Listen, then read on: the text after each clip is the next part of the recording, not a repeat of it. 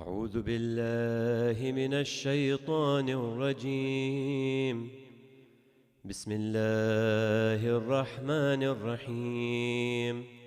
سبح اسم ربك الأعلى الذي خلق فسوى والذي قدر فهدى والذي أخرج المرعى فجعله غثاء أحوى سنقرئك فلا تنسى إلا ما شاء الله إنه يعلم الجهر وما يخفى ونيسرك لليسرى فذكر إن نفعت الذكرى سيذكر من يخشى ويتجنبها الأشقى الذي يصلى النار الكبرى ثم لا يموت فيها ولا يحيا قد أفلح من تزكى وذكر اسم ربه فصلى بل تؤثرون الحياة الدنيا والآخرة خير وأبقى إن هذا لفي الصحف الأولى صحف إبراهيم وموسى صدق الله العلي العظيم.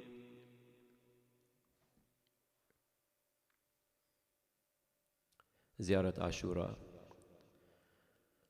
اللهم صل على محمد وآل محمد. بسم الله الرحمن الرحيم. السلام عليك يا أبا عبد الله. السلام عليك يا ابن رسول الله. السلام عليك يا ابن أمير المؤمنين وابن سيد الوصيين. السلام عليك يا ابن فاطمة الزهراء سيدتي نساء العالمين.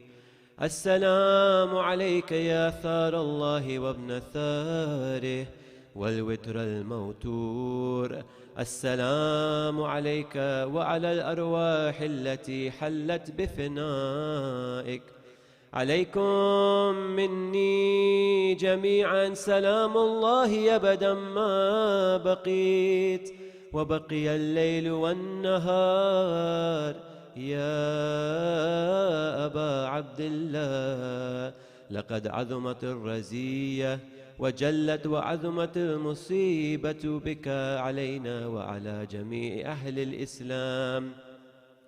وجلت وعظمت مصيبتك في السماوات على جميع أهل السماوات. فلعن الله أمة أسست أساس الظلم والجور عليكم أهل البيت. ولعن الله أمة دفعتكم عن مكامكم وأزالتكم عن مراتبكم التي رتبكم الله فيها. ولعن الله أمة قتلتكم ولعن الله الممهدين لهم بالتمكين من قتالكم. برئت إلى الله وإليكم منهم وأشياعهم وأتباعهم وأوليائهم. يا أبا عبد الله إني سلم لمن سالمكم وحرب لمن حاربكم إلى يوم القيامة. ولعن الله آل زياد وآل مروان. ولعن الله بني أمية قاطبا. ولعن الله ابن مرجان. ولعن الله عمر بن سعد. ولعن الله شمرا. ولعن الله أمة أسرجت وألجمت وتنقبت لقتالك بأبي أنت وأمي. لقد عظم مصابي بك فأسأل الله الذي أكرم مقامك وأكرمني أن يرزقني طلب ثارك مع إمام منصور من أهل بيت محمد صلى الله عليه وآله. اللهم اجعلني عندك وجيها بالحسين عليه السلام في الدنيا والآخرة.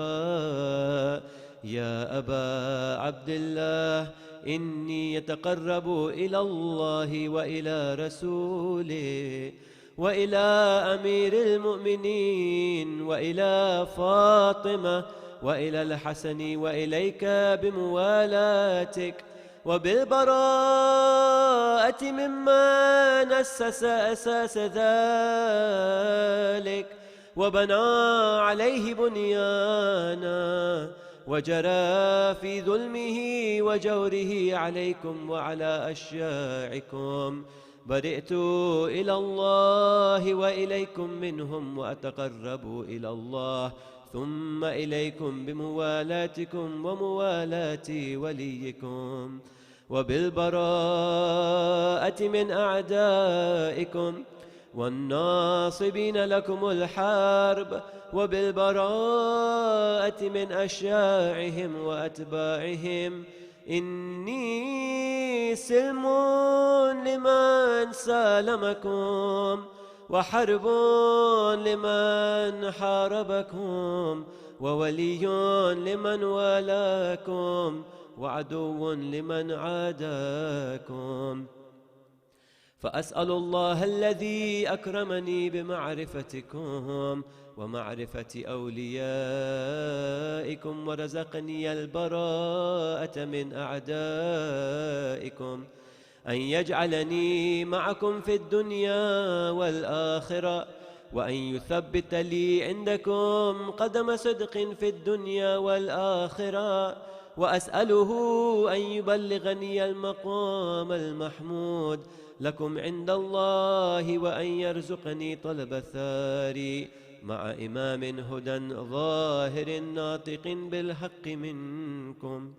وأسأل الله بحقكم وبالشأن الذي لكم عنده أن يعطيني بمصابيبكم أفضل ما يعطي مصابا بمصيبته، مصيبة ما أعظمها وأعظم رزيتها في الإسلام وفي جميع أهل السماوات والأرض. اللهم اجعلني في مقامي هذا ممن تناله منك صلوات ورحمة ومغفرة. اللهم اجعل محياي محيا محمد وآل محمد وممات ممات محمد وآل محمد. اللهم إن هذا يوم تبركت به بنو أمية وابن آكلة الأكباد اللعين ابن اللعين على لسانك ولسان نبيك صلى الله عليه وآله في كل موطن وموقف وقف فيه نبيك صلى الله عليه وآله. اللهم العن أبا سفيان ومعاوية ويزيد بن معاوية عليهم منك اللعنة أبد الآبدين. وهذا يوم فرحت به آل زياد وآل مروان بقتلهم الحسين صلوات الله عليه. اللهم فضاعف عليهم اللعن منك والعذاب الأليم. اللهم إني أتقرب إليك في هذا اليوم وفي موقفي هذا وأيام حياتي بالبراءة منهم واللعنة عليهم وبالموالاة لنبيك وآل نبيك عليه وعليهم السلام. اللهم العن أول ظالم ظلم حق محمد وآل محمد وآخر تابع له على ذلك. اللهم لعن العصابة التي جاهدت الحسين عليه السلام وشايعت وبايعت وتابعت على قتله، اللهم لعنهم جميعا. السلام عليك يا أبا عبد الله وعلى الأرواح التي حلت بفنائك، عليك مني سلام الله أبدا ما بقيت وبقي الليل والنهار، ولا جعله الله آخر العهد مني لزيارتكم. السلام على الحسين وعلى علي بن الحسين وعلى أولاد الحسين وعلى أصحاب الحسين. اللهم خص أنت أول ظالم باللعن مني، وابدأ به أول ثم الثاني والثالث والرابع. اللهم لعن يزيد خامسا، والعن عبيد الله بن زياد وابن مرجان وعمر بن سعد وشمر وآل أبي سفيان وآل زياد وآل مروان إلى يوم القيامة. If you can go into sujood. اللهم لك الحمد حمد الشاكرين لك على مصابهم، الحمد لله على عظيم رزيتي. اللهم ارزقني شفاعة الحسين عليه السلام يوم الورود، وثبت لي قدم صدق عندك مع الحسين وأصحاب الحسين الذي بذلوا مهجهم دون الحسين عليه السلام.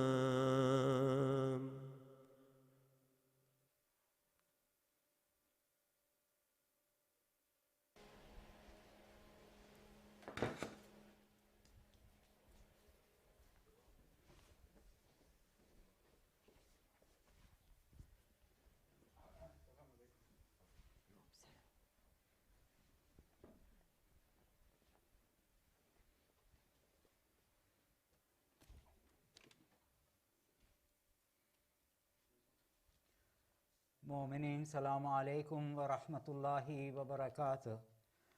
Mu'mineen, today's program is dedicated for the Isal Sawab of Maroom Mohammed, Ashik Shah and all Maroomins. Maroomins of Manji family, Maroomins of Punjani family, Maroomins of Kurji family, Maroomins of Asaria family, Maroomins of Dala family, Maroomins of Ismail family, Maroomins of Jaffer family, Maroomins of Kasmali family, Maroomins of Rauji family, Maroomins of Barwani family, Maroomins of Manji family, Maroomins of Pirbai family, Maroomins of Sharif family, Maroom Ghulam Bas Amir Giga, Maroomins of Jamal family, Maroomins of Fadu family, Maroomins of Merali family, Maroomins of Rajab Ali Ramtullah Damani family, Mrs. Jaya Nazmul Damani. मोमिनीन, आजनी मजलिस अमीर अली भाई वालजी तरफ थी। तेमना मरूम पिताजी मरूम मोहम्मद अली भाई वालजी, मरूम माताजी ज़ैनब भाई वालजी, मरूम कनीज़ फ़ातिमा वालजी, मरूम मोहसिन मोहम्मद अली वालजी तथा कुल मरूमीन नाइसाले सावर्थे रखवामां आवेल छे। તેમજ આજની મજલિસ મુર્તઝા ભાઈ વાલજી તરફથી વાલજી ફેમિલીના મરૂમીન, માસ્તર ફેમિલીના મરૂમીન, રહીમ ફેમિલીના મરૂમીન, પારાપિયા ફેમિલીના મરૂમીન તથા કુલ મરૂમીનના ઇસાલે સવાબ અર્થે રાખવામાં આવેલ છે। તેમજ આજની મજલિસ મુર્તઝા ભાઈ જાફર લંડનવાળા તરફથી અબ્દુલ રસૂલભાઈ, રમઝાન અલી અલીભાઈ, મરૂમા રૂકૈયાભાઈ મૌલેદીના મેરાલી, મરૂમ હાજી મૌલેદીના મેરાલી, મરૂમા શેરબાનુભાઈ મોમન, मरूम रमज़ान अली अलीभाई, मरूमा शेरबानुभाई बंदाली, दाला जाफ़र फैमिलीना मरूमीन, अस्कर अली फाजल इब्राहिम, अली मोहम्मद जाफ़र प्रधान तथा कुल मरूमीन इसाले सवाब अर्थे राखवामां आवेल छे। તેમજ આજની મજલિસ बंदे खुदा तरफथी रोशन अली, मोहम्मद रफ़ीक फाजल, रजब अली लालजी लाखानी, ज़ेराबाई गीगा, ગુલામ બાસ ગીગા તથા કુલ મરૂમીન ઇસાલે સવાબ અર્થે રાખવામાં આવેલ છે। તેમજ આજની મજલિસ કુલસુમભાઈ ધનજી તરફથી મરહૂમ મોહમ્મદ હુસૈન અલીભાઈ ધનજી ફેમિલીના મરહૂમીન, રામજી ફેમિલીના મરહૂમીન તથા કુલ મરહૂમીનના ઇસાલે સવાબ અર્થે રાખવામાં આવેલ છે. તેમજ આજની મજલિસ બંદે ખુદા તરફથી મરહૂમ અલીભાઈ રાજબ અલી પરદાન ફેમિલીના મરહૂમીન, પંજવાની ફેમિલીના મરહૂમીન, મમદાની ફેમિલીના મરહૂમીન તથા કુલ મરહૂમીનના ઇસાલે સવાબ અર્થે રાખવામાં આવેલ છે. તેમજ આજની મજલિસ રઝાહુસેન રહીમ તરફથી રહીમ ફેમિલીના મરહૂમીન, વાલજી ફેમિલીના મરહૂમીન, રહેમતુલ્લાહ પીરભાઈ ફેમિલીના મરહૂમીન તથા કુલ મરહૂમીનના ઇસાલે સવાબ અર્થે રાખવામાં આવેલ છે. મોમિનીન તેમજ બંદે ખુદા તરફથી 701 પાઉન્ડ જમાત ફંડમાં આવેલ છે. મરહૂમના ઇસાલે સવાબ અર્થે તથા કુલ મરહૂમીનના ઇસાલે સવાબ અર્થે મજલિસ રાખવામાં આવેલ છે. સર્વેને દરખાસ્ત કરવામાં આવે છે કુલ મરહૂમીનના ઇસાલે સવાબ અર્થે એક સૂરે ફાતિહા.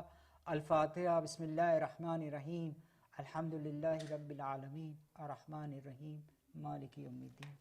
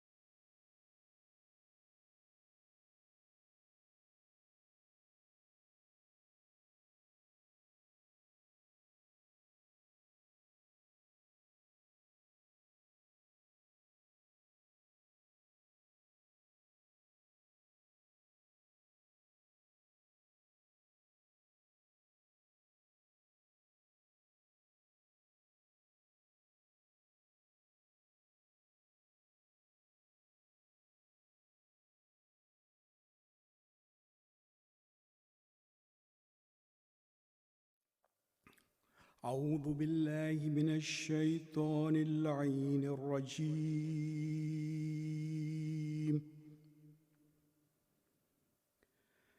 بسم الله الرحمن الرحيم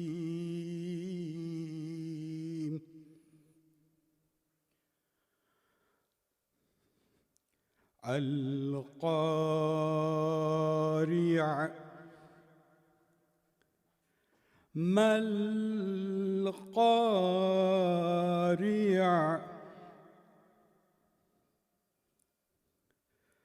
وما أدراك ما القارعة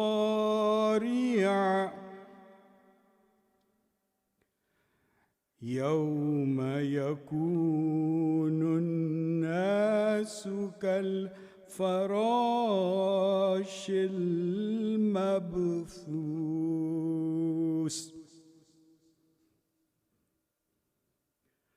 وتكون الجبال كاللحن المنفوش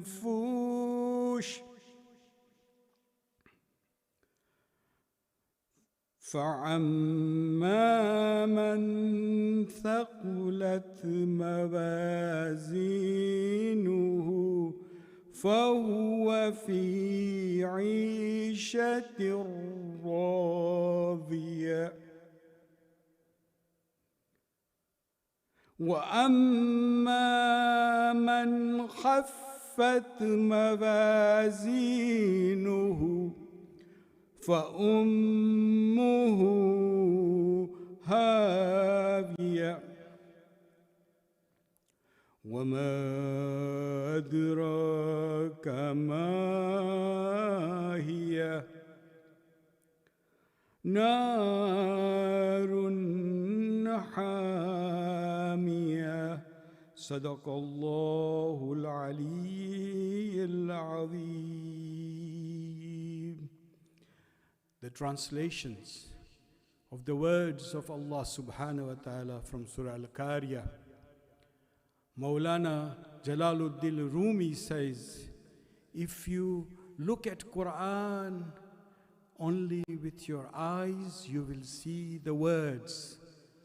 And when you look at Quran with your mind, you will find knowledge. But when you look at Quran from your soul, with your soul, you will find Allah subhanahu wa ta'ala. Beautiful words of Allah subhanahu wa ta'ala in Surah Al-Qariyah, 101 Surah. The terrible calamity. And what is the terrible calamity? And what will make you comprehend what the terrible calamity is? The day on which man shall be as scattered moths, and the mountains shall be as loosened wool. Then, as for him whose measure of good deeds is heavy, he shall live a pleasant life. And as for whom whose measure of good deed is light, his abode shall be the abyss. His abode shall be the abyss. And what will make you know what it is? A burning fire. Sadaqallahu al-Ali al-Azim. The words of Allah subhanahu wa ta'ala are the most supreme. Salawat.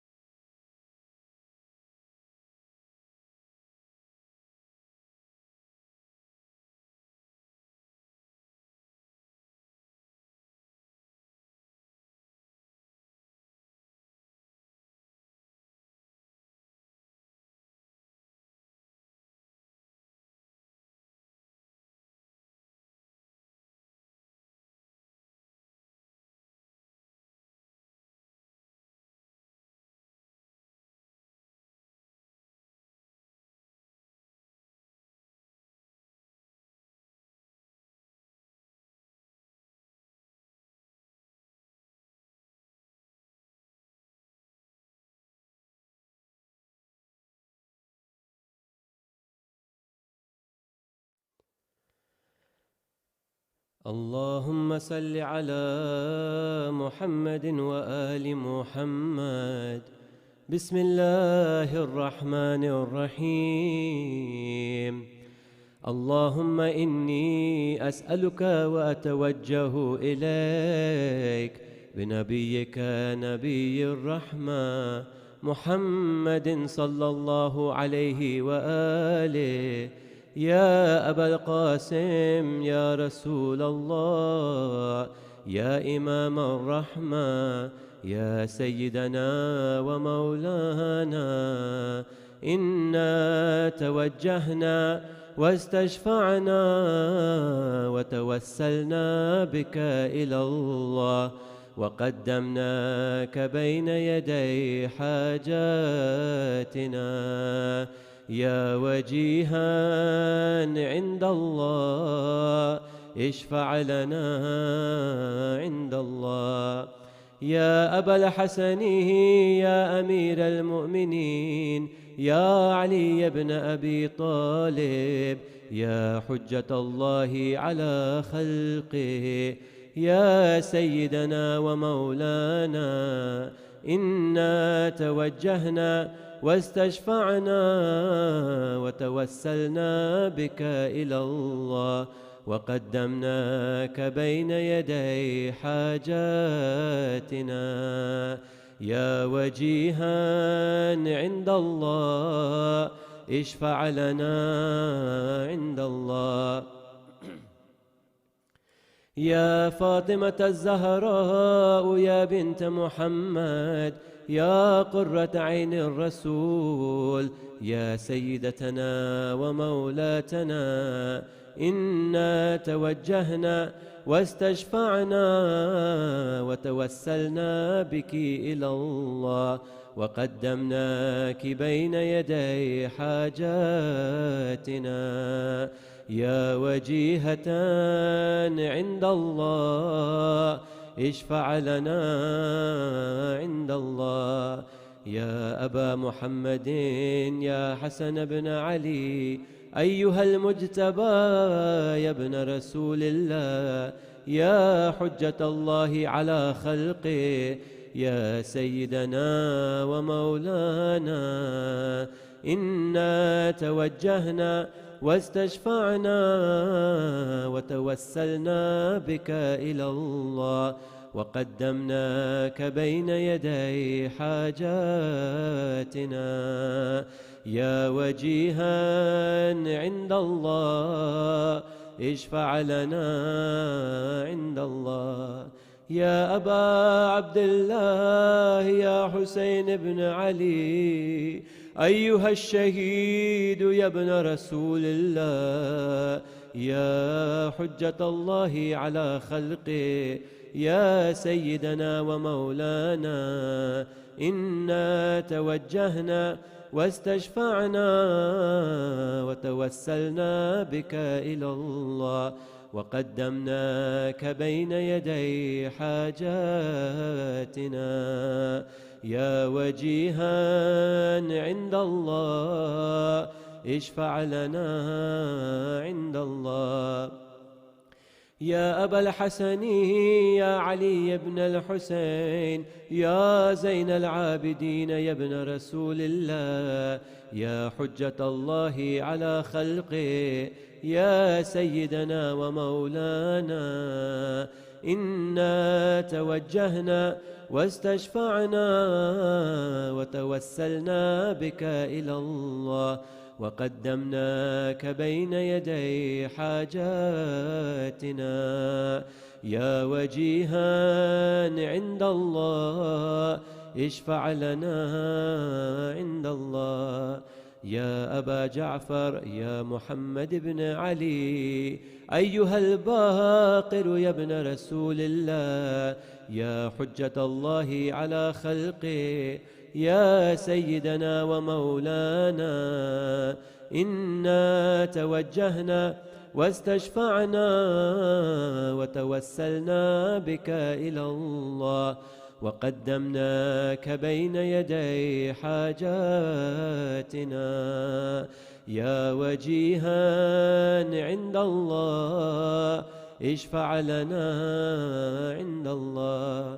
يا أبا عبد الله يا جعفر بن محمد أيها الصادق يا ابن رسول الله، يا حجة الله على خلقه، يا سيدنا ومولانا، إنا توجهنا واستشفعنا وتوسلنا بك إلى الله، وقدمناك بين يدي حاجاتنا. يا وجيها عند الله اشفع لنا عند الله. يا أبا الحسن يا موسى بن جعفر أيها الكاظم يا ابن رسول الله، يا حجة الله على خلقه، يا سيدنا ومولانا، إنا توجهنا واستشفعنا وتوسلنا بك إلى الله، وقدمناك بين يدي حاجاتنا. يا وجيها عند الله اشفع لنا عند الله. يا أبا الحسن يا علي بن موسى أيها الرضا يا ابن رسول الله، يا حجة الله على خلقه، يا سيدنا ومولانا، إنا توجهنا واستشفعنا وتوسلنا بك إلى الله، وقدمناك بين يدي حاجاتنا. يا وجيها عند الله اشفع لنا عند الله.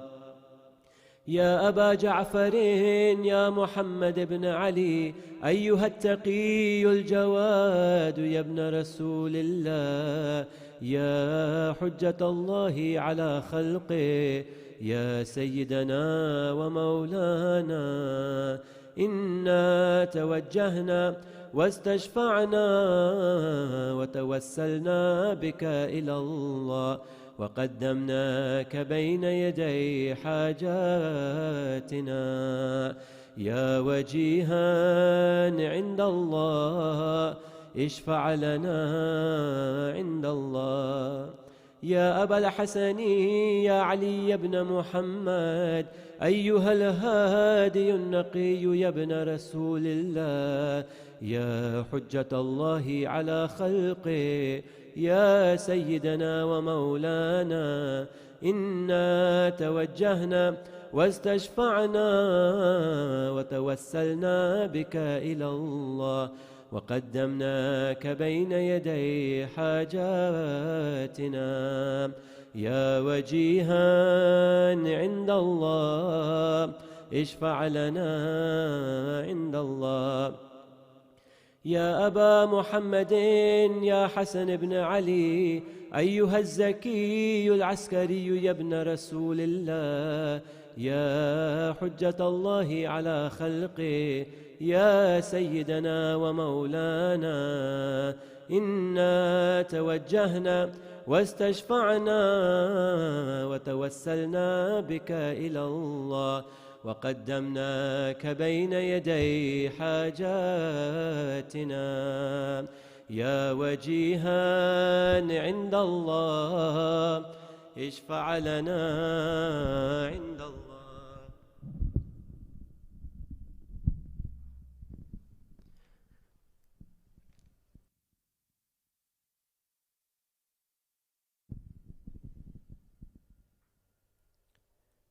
يا وصي الحسن والخلف الحجة أيها القائم المنتظر المهدي يا ابن رسول الله، يا حجة الله على خلقه، يا سيدنا ومولانا، إنا توجهنا واستشفعنا وتوسلنا بك إلى الله، وقدمناك بين يدي حاجاتنا. يا وجيها عند الله اشفع لنا عند الله. حاجات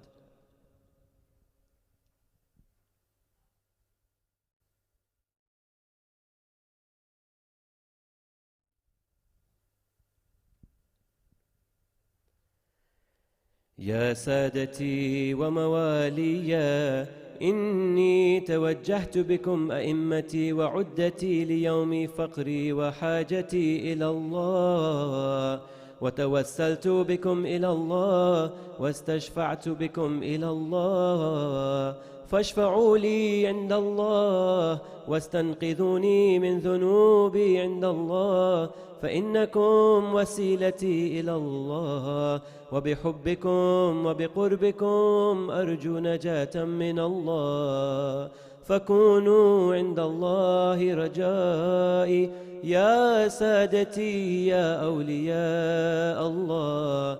صلى الله عليهم أجمعين، ولعن الله أعداء الله الظالميهم من الأولين والآخرين. آمين رب العالمين. الفاتحة مع الصلوات.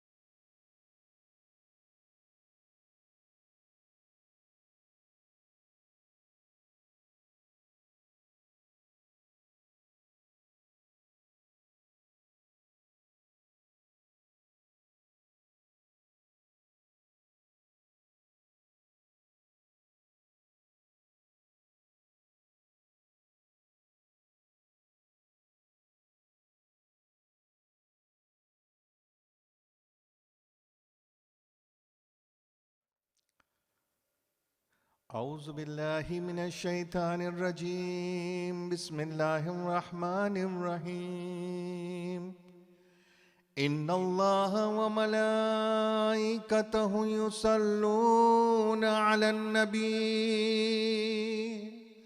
يا أيها الذين آمنوا صلوا عليه وسلموا تسليما اللهم صل على محمد وعلى محمد. الله أكبر الله أكبر الله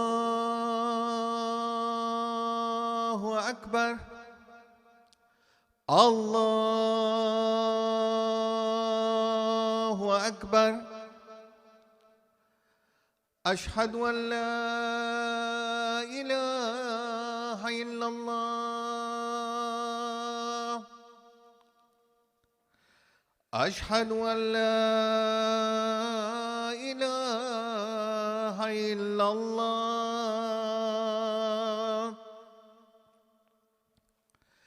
أشهد أن محمدا رسول الله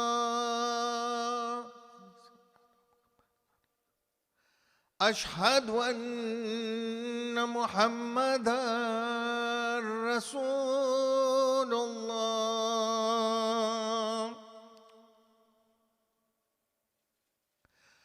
أشهد أن عليا ولي الله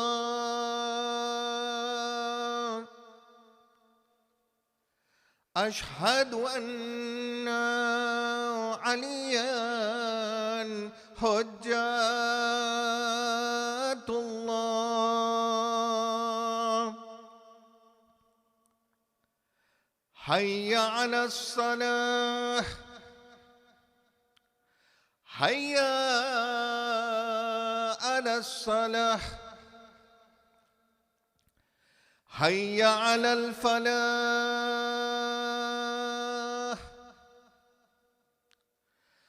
حي على الفلاح حي على خير العمل حي على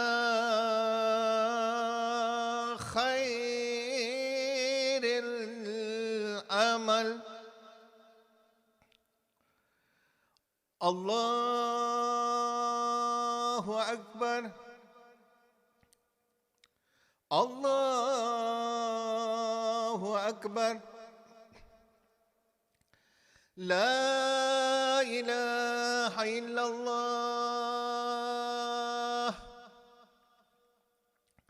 لا إله إلا الله. اللهم صل على محمد وعلى محمد. بسم الله الرحمن الرحيم. اللهم اجعل قلبي بارا وعيشي كارا ورزقي دارا وعملي سارا وأولادي أبرارا واجعل لي عند قبر نبيك محمد صلى الله عليه وآله مستقرا وقرارا برحمتك يا أرحم الراحمين. اللهم صل على محمد وعلى محمد.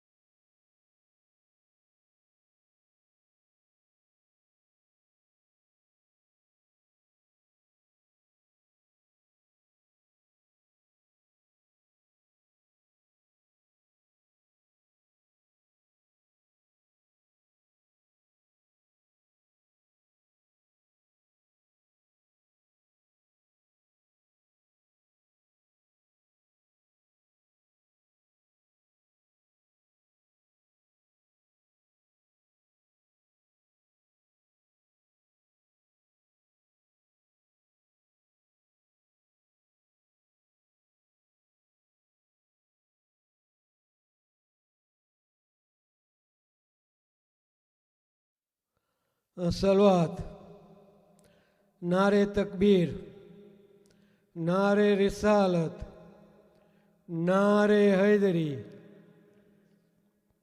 زینب کے نور عین جو سے پر فدا ہوئے، اس کمسینی میں مر گئے ماں سے جدا ہوئے.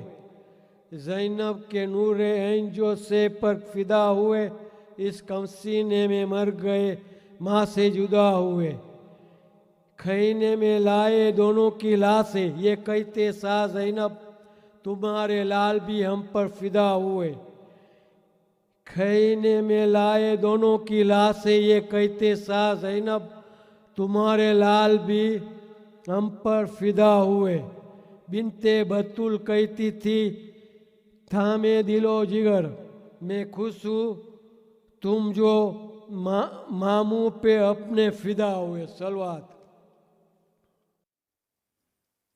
بسم اللہ الرحمن الرحیم. جناب زینب سلام اللہ علیہ کو آج اون و محمد کا پرسہ دینا ہے. ایک دو اشعار اور پھر مرثیہ پیش کرتا ہوں. زینب نہ تجھے بھولے گا یہ سارا زمانہ، اسلام کو سایہ تیری چادر سے ملا ہے. رفتوں کی امام ہے زینب، واجب الاحترام ہے زینب.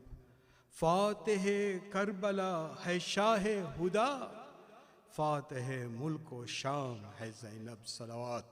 اللہم صل علی محمد و آل محمد.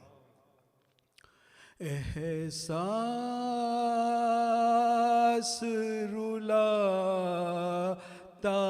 ہے زینب تیری غربت کا، دم خوب بھرا بی بی بائی کی محبت کا. بیٹوں کو فدا کر کے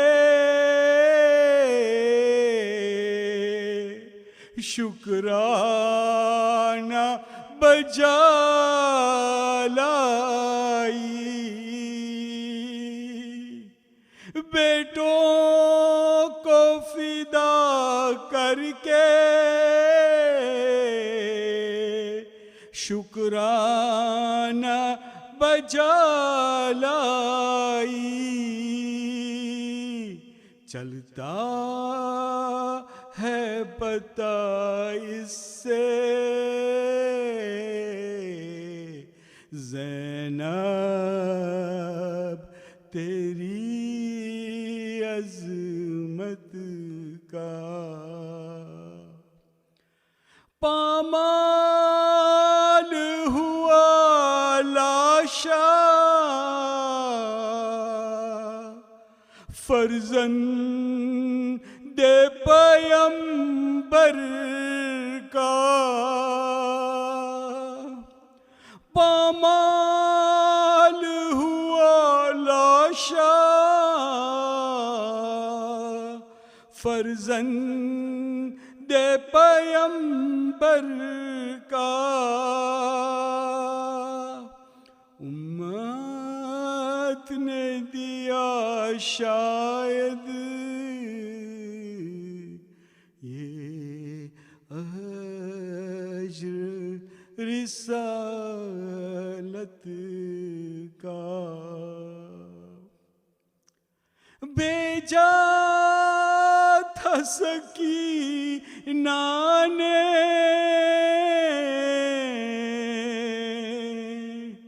پانی نہ چچا لائے. بیجا تھا سکینہ نے پانی نہ چچا لائے.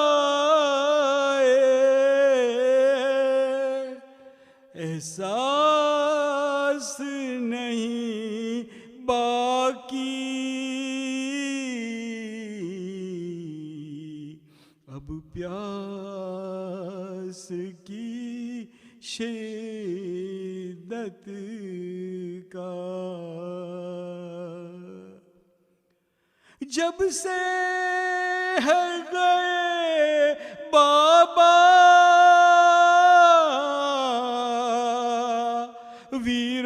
ویران مدینہ ہے جب سے ہے گئے بابا ویران مدینہ ہے باقی ہے سہارا ایک نانا تیری تربت کا جھولے سے گرے اصغر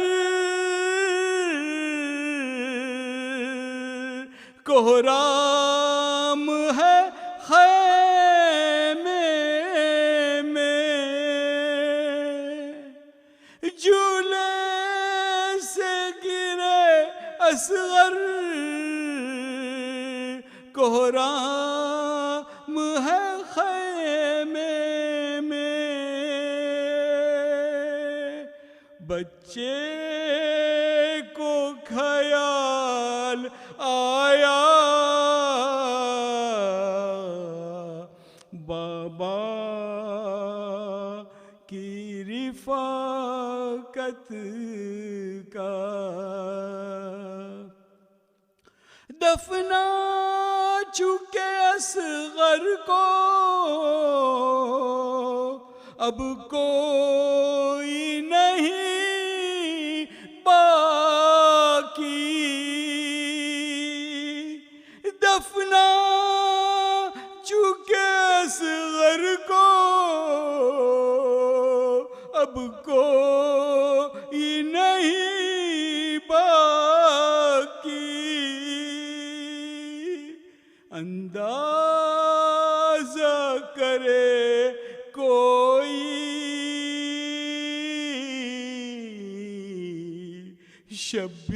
شبیر کی غربت کا احساس رلاتا ہے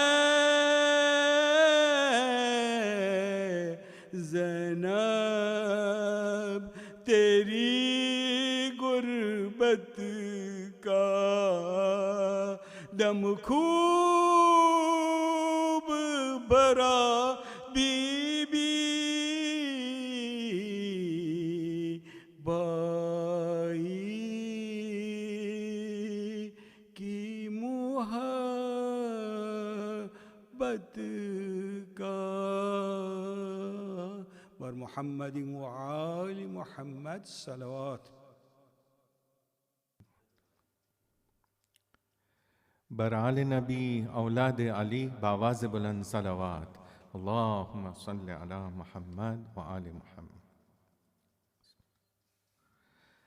دریا کے قریب آ کر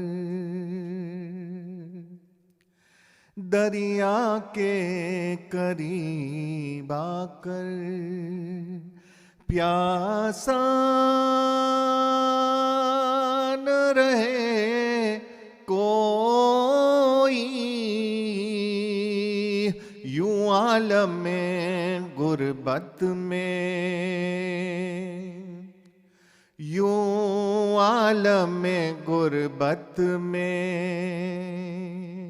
یا رب نہ لٹے کوئی دریا کے قریب آ کر اکبر کی جوانی پر خود روئی جوانی بھی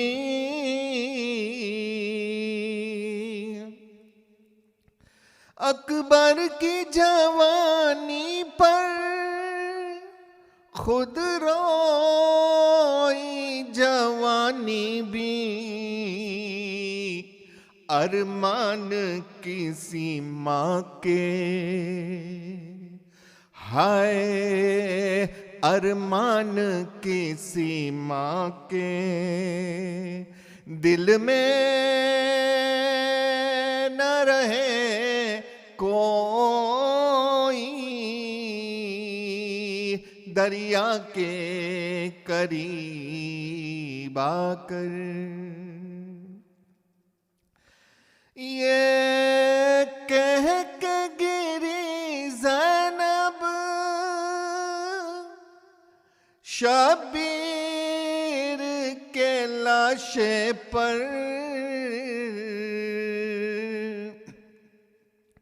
یہ کہہ کے گری زینب شبیر کے لاشے پر بے گورو کفن لاشا ہائے بے گورو کفن لاشا یا رب نہ رہے کوئی یوں عالم غربت میں یوں عالم غربت میں یا رب نہ لٹے کوئی دریا کے قریب آ کر کٹتی ہوئی شارگ سے آتی تھی صدا پہ ہم کٹتی ہوئی شارگ سے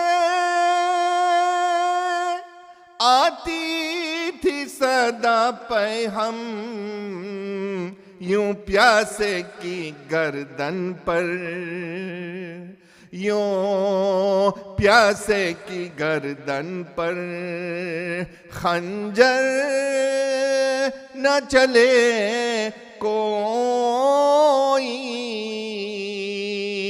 دریا کے قریب آ کر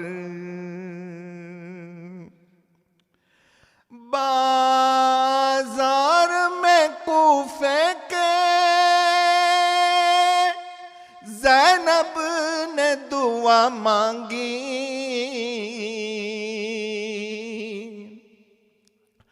بازار میں کوفے کے زینب نے دعا مانگی بے پردہ نشی یا رب بے پردہ نشی یا رب در در نہ پھرے کوئی بے پردہ نشی یا رب در در نہ پھرے کوئی یوں عالم غربت میں یوں عالم غربت میں یا رب نہ لٹے کوئی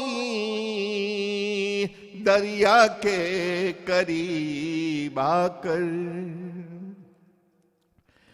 کہتی تھی سکینہ اللہ مجھے موت آئے کہتی تھی سکینہ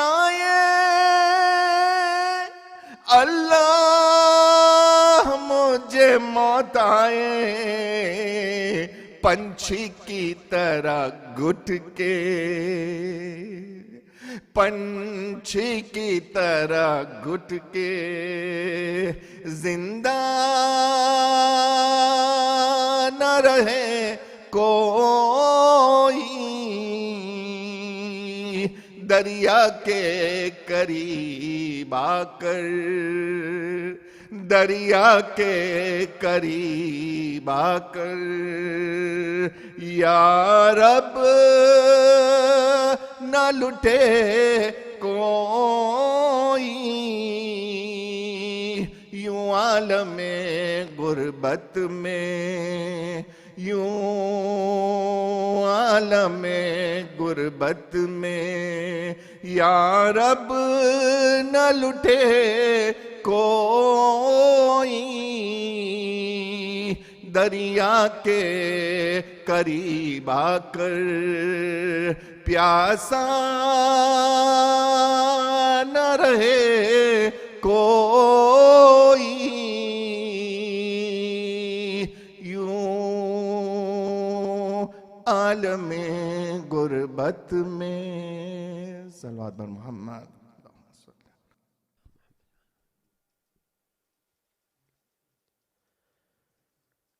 بر محمد و آل محمد صلوات. اللهم صل على محمد و آل محمد. آج کی رات تجھے گودی میں سلا لوں میرے اصغر آجا، آج کی رات تجھے گودی میں سلا لوں میرے اصغر آجا، لوری ارمانوں سے بھرپور سنا لوں میرے اصغر آجا، آج کی رات تجھے گودی میں سلا لوں میرے اصغر آجا، تیر کے آگے میرے لال تجھے ہونا ہے،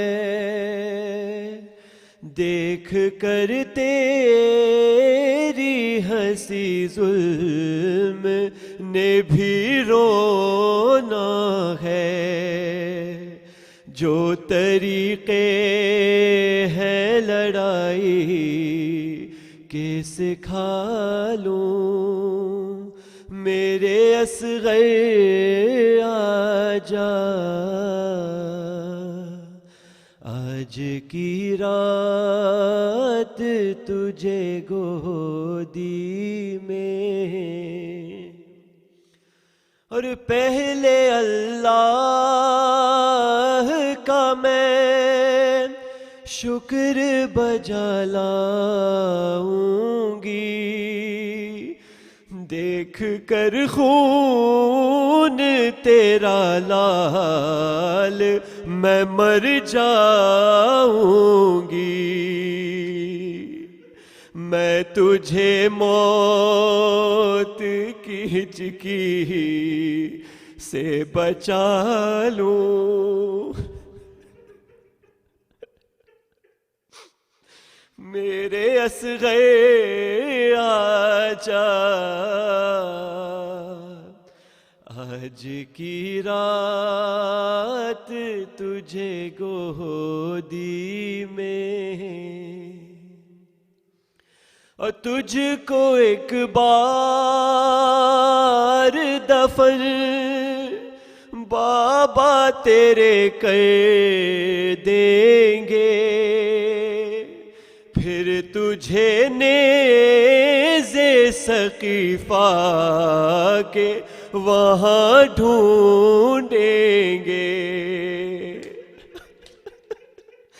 دشت کی گرم ہواؤں سے بچا لوں میرے اصغر آجا. آج کی رات تجھے گودی میں اور تو جو روئے گا تو ماں، تو جو روئے گا تو ماں چین نہیں پائے گی. ارے تیرے رونے سے سکینہ بھی تڑپ جائے گی. ارے ہو جا خاموش میں بابا کو بلا لوں میرے اصغر آجا. آج کی رات تجھے گودی میں اور ایسا لگتا ہے ابھی رات گزر جائے گی. پھر میرے لال تجھے ماں یہ کہاں پائے گی. تیرے جھولے کو میں ایک بار جھلا لوں میرے اصغر آجا. آج کی رات تجھے گودی میں اور تیری معصوم سکینہ کو پلا کے پانی کل تیری پیاس بجھائے گا علی کا ثانی. ارے میں تجھے دیکھ کے پیاس اپنی بجھا لوں میرے اصغر آجا. آج کی رات تجھے گودی میں سلا لوں میرے اصغر آجا میرے اصغر آجا. الفاتحہ مع الصلوات. اعوذ باللہ من الشیطان الرجیم. بسم اللہ الرحمن الرحیم.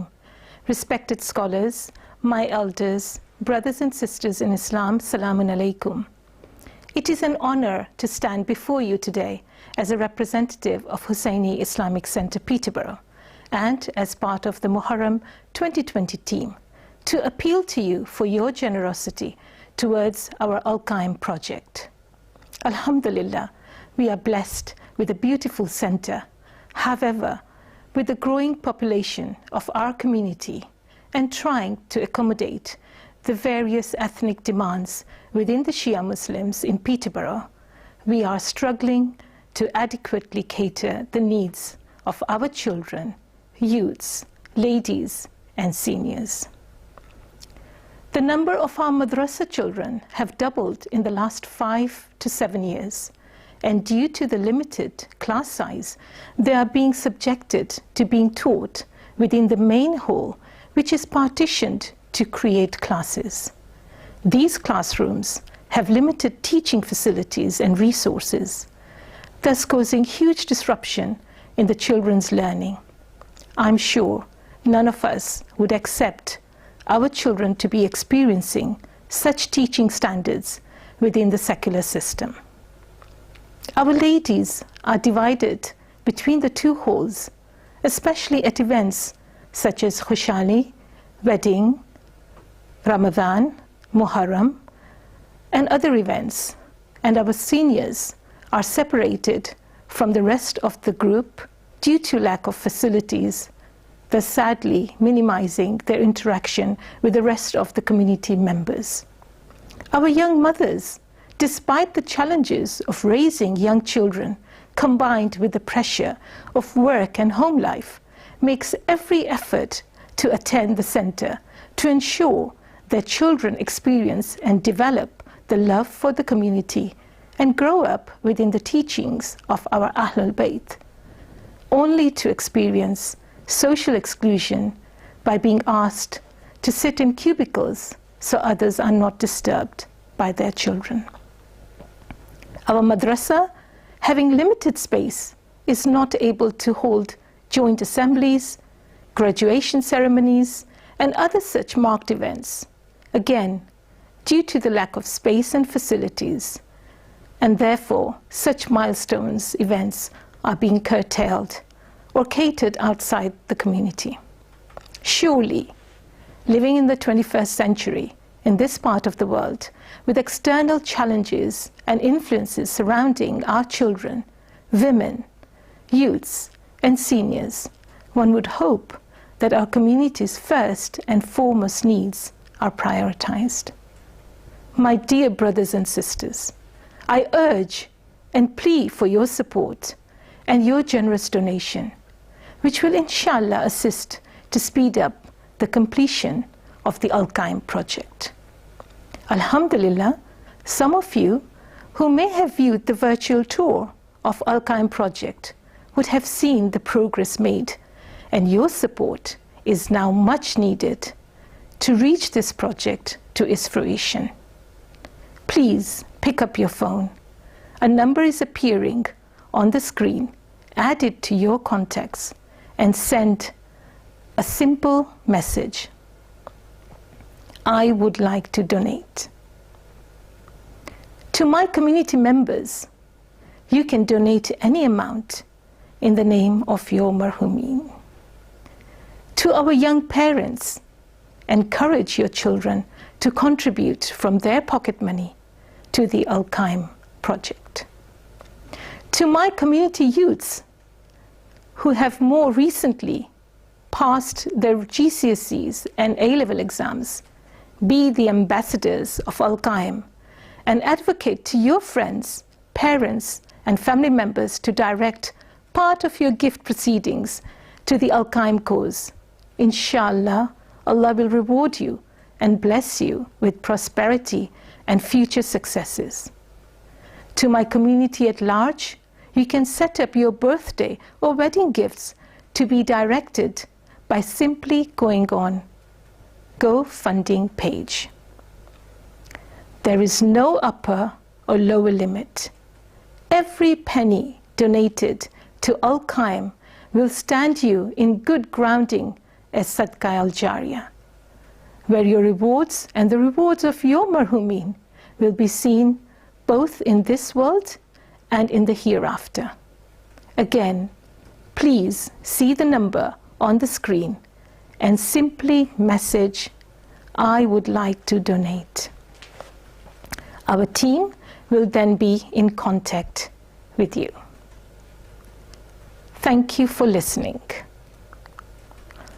Towards the azadari of Imam Hussein alayhi salam be accepted by Allah subhanahu wa ta'ala, and may He guide us to remain steadfast on the path prescribed by Him. Ameen. Let us remember all our marhumin with the hadiyah of Surah Fatiha. Wassalamu alaikum wa rahmatullahi wa barakatuh. If we could please recite a Fatiha in honor of Ayatollah al-Tashkiri, who passed away last week. رحم الله من قرأ سورة الفاتحة. بسم الله الرحمن الرحيم.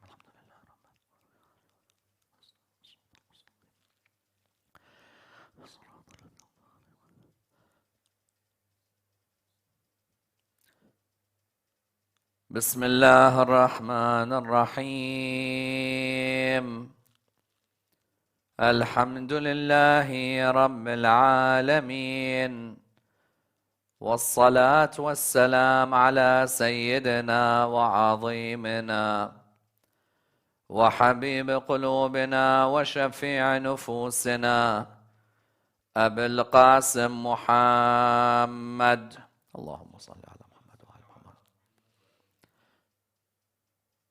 وعلى أهل بيته الطيبين الطاهرين وأصحابه الغر الميامين الحمد لله الذي جعلنا من المتمسكين بولاية سيدي ومولاي علي بن أبي طالب الحمد لله الذي هدانا لهذا وما كنا لنهتدي لولا أن هدانا الله أما بعد. The Jews after Moses separated into 71 sects. One goes to heaven and the other 70 will be in the fire of hell. The Christians after Jesus separated into 72 sects. One will be in heaven and the other 71 will be in the fire of hell. The Ummah of Muhammad sallallahu alayhi wa alihi separated into 73 sects. One will go to heaven and the other 72 will be in the fire of hell. Of those, 13 impersonated love and friendship for our wilayah, and only one of them will be going to heaven, with the other 12 being in the fire of hell. The discussion concerning Shia-Sunni sectarianism is without a doubt one of the most sensitive discussions in the Muslim world today. Sectarianism can affect each and every religion and has affected the followers and the members of each and every religious group. Indeed, you find whether it's Judaism, Christianity or Islam, each of these religions at one stage or another had a sect-centric group of followers who were so attached to their sect to the extent that they were ready to attack others, to blaspheme others, to discredit others, with an attitude that they didn't mind going to war with. Although sectarianism is extremely difficult to define and can easily be abused as a term for one's own interests, yet you find that Judaism, whether with Orthodox and Reformist, Christianity with Protestant and Catholic, Islam with Shia and Sunni, have all in one way or the other seen sectarianism either escalate or in some cases de-escalate. And that's why you find that since 2003, there has been major discussion on sectarianism. If you go, for example, to academic circles, to think tanks, to different parts of the political world, there have been major discussions on what exactly sectarianism is, how sectarianism is defined, who exactly is sectarian, what type of language is viewed as sectarian.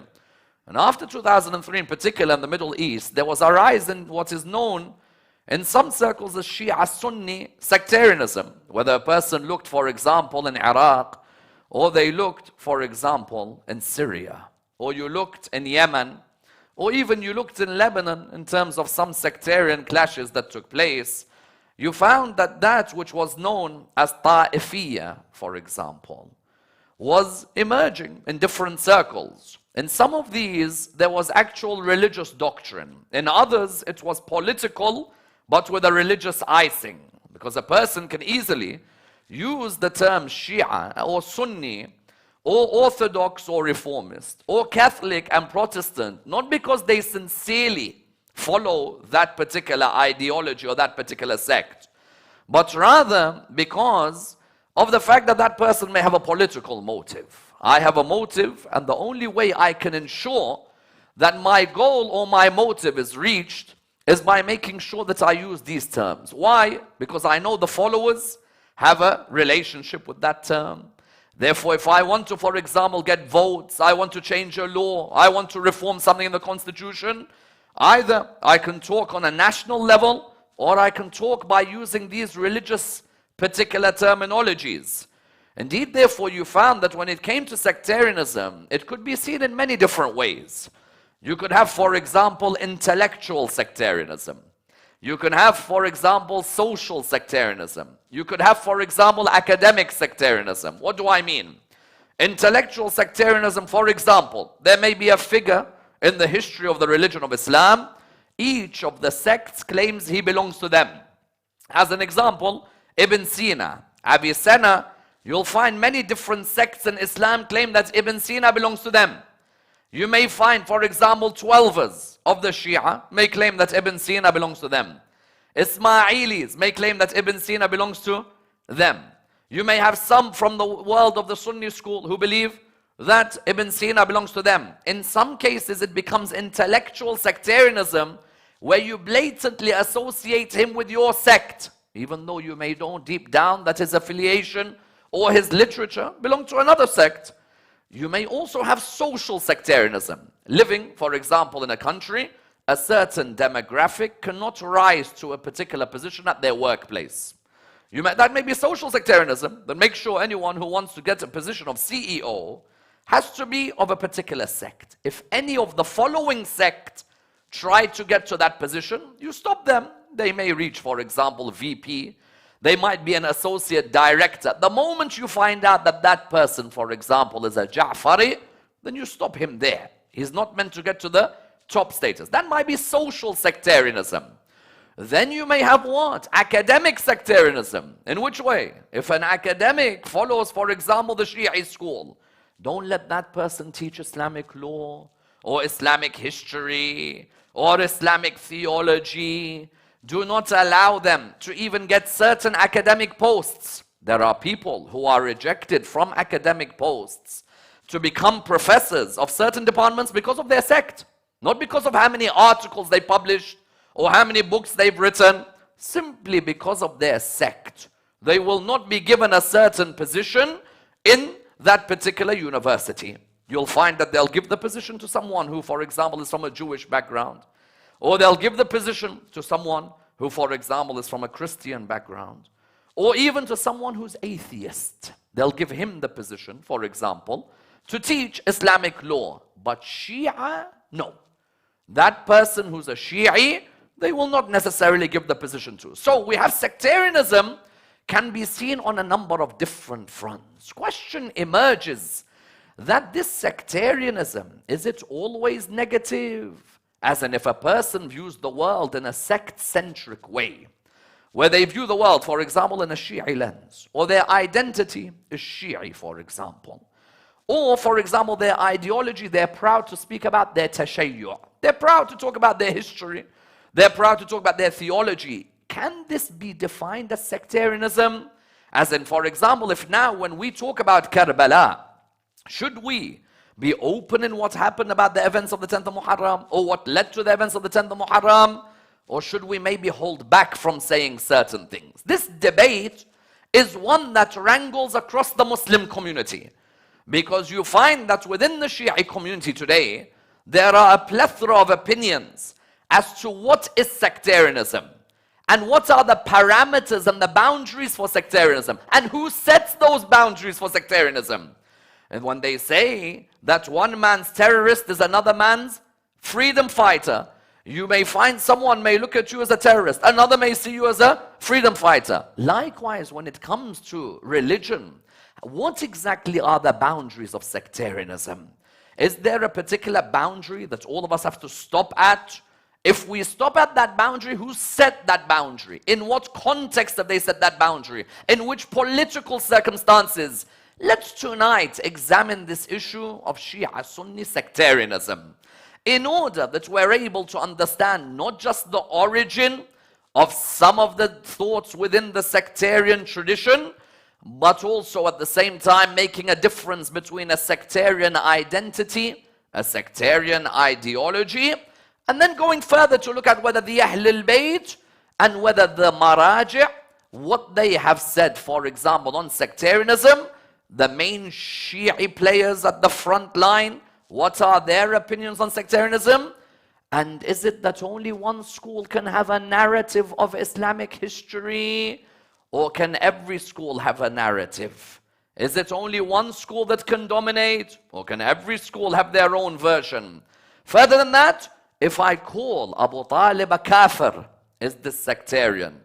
If I say the cause of all trouble in Islam is Muawiyah, is this sectarianism? If I do la'na on Yazid, is this sectarianism? If I say Fatima al-Zahra alayhi salam died angry, is this sectarianism? Who defines all this?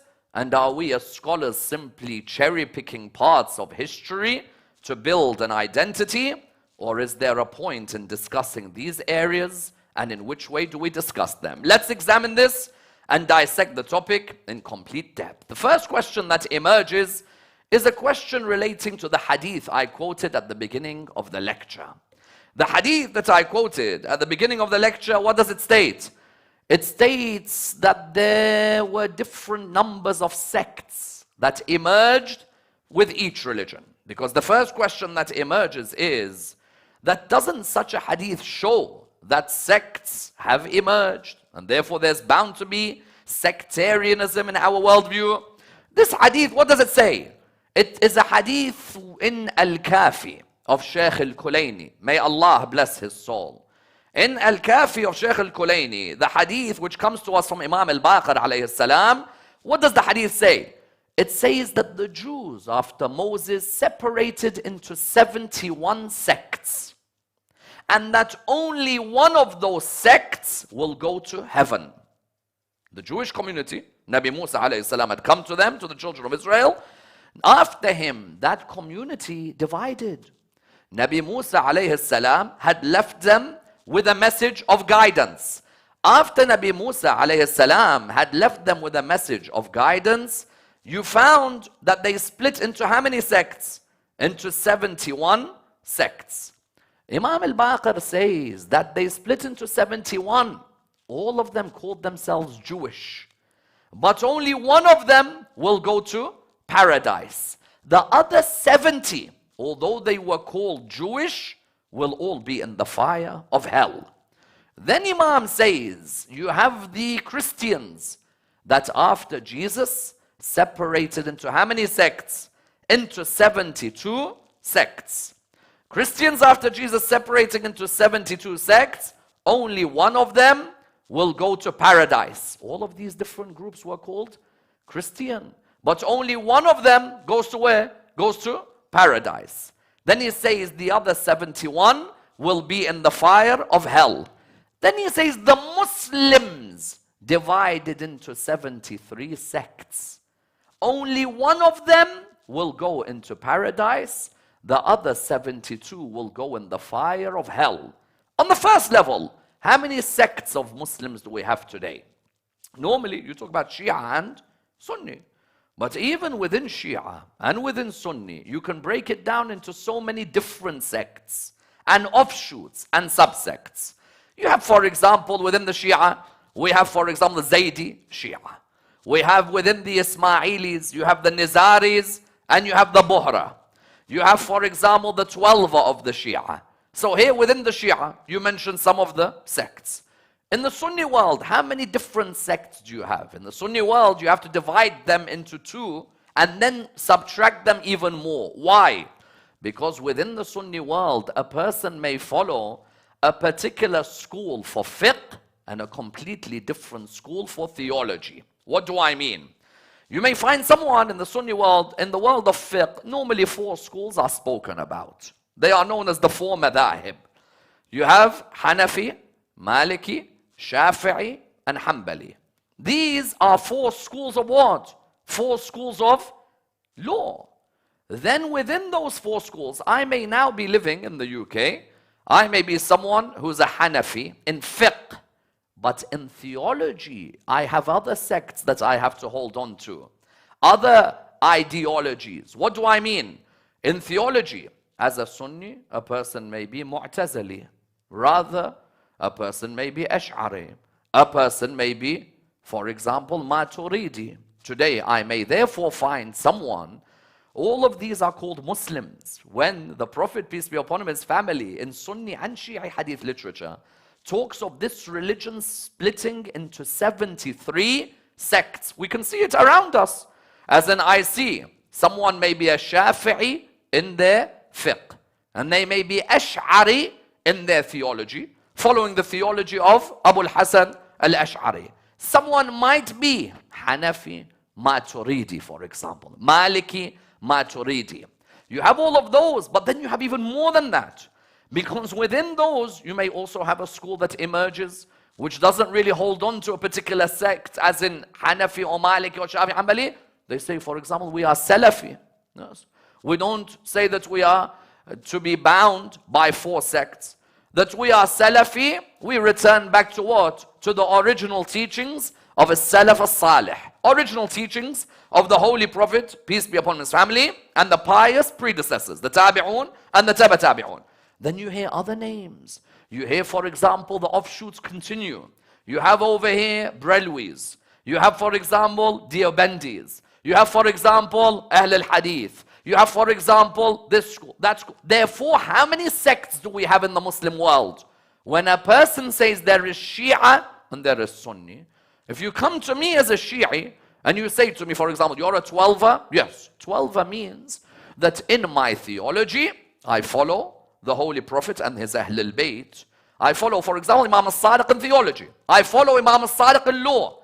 When a person follows other schools in Islam, they may break down those schools: Hanafi, Maliki, Shafi'i, Hanbali, Salafi, Deobandi, Brelwi, Ash'ari, Maturidi, for example, Mu'tazili. So many different offshoots emerge.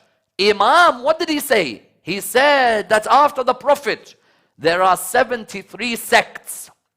Only one of them will be the one that goes to heaven. Some Muslims might turn around and say, hold on a minute. You're saying that all of us who say, Ashhadu an la ilaha illallah, wa ashhadu anna Muhammadan Rasulullah sallallahu alayhi wa alih, all of us, you're saying, there's a chance that even with those beliefs, I will not go to heaven? Well, first and foremost, even if you never heard this hadith, there are many who say their shahada, but don't follow Islam at all. That's quite something self-explanatory and commonsensical. That at the end of the day, there may be someone who says La ilaha illallah and Muhammad Rasulullah, but doesn't follow any of the laws which Muhammad told him to follow. No salah, no sawm. Some will say that I don't need salah, I can just love Ahl al-Bayt, salawatullah wa salamu alayhim. And Imam al-Sadiq says our intercession will not go towards such people.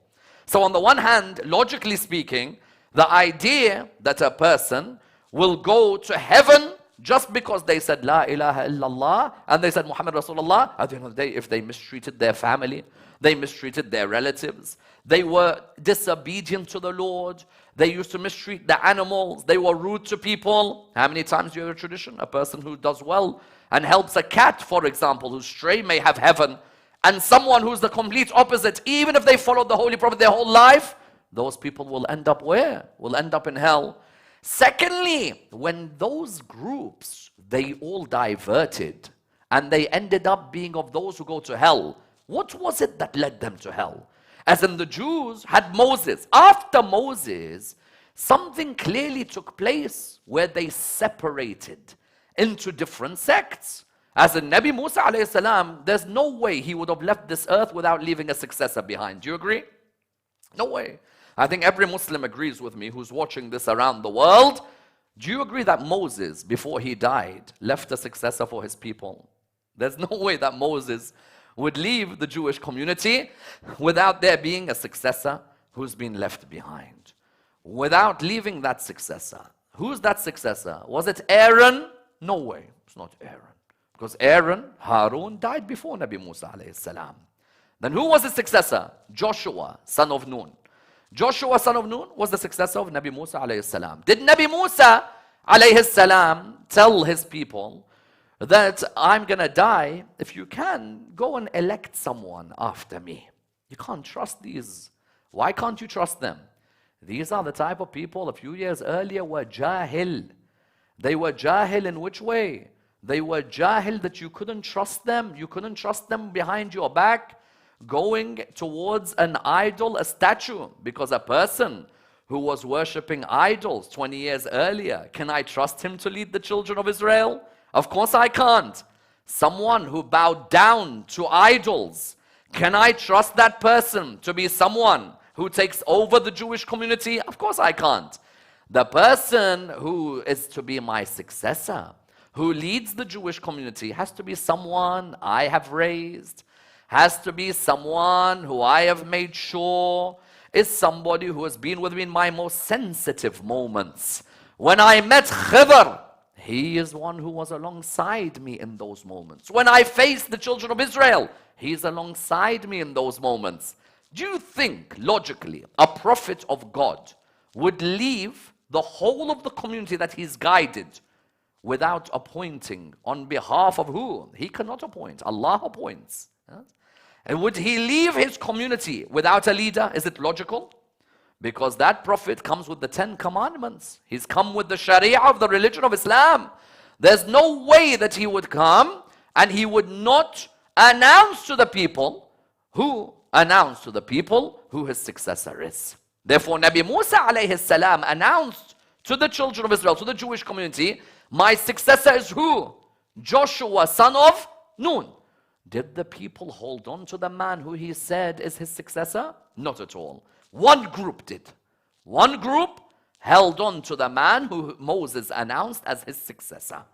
They said at the end of the day, if the Prophet, peace be upon him, and his family, Nabi Musa alayhi salam, if he tells us this is his wasi, the same Moses who's taught us about life, of course we're going to hold on to his successor.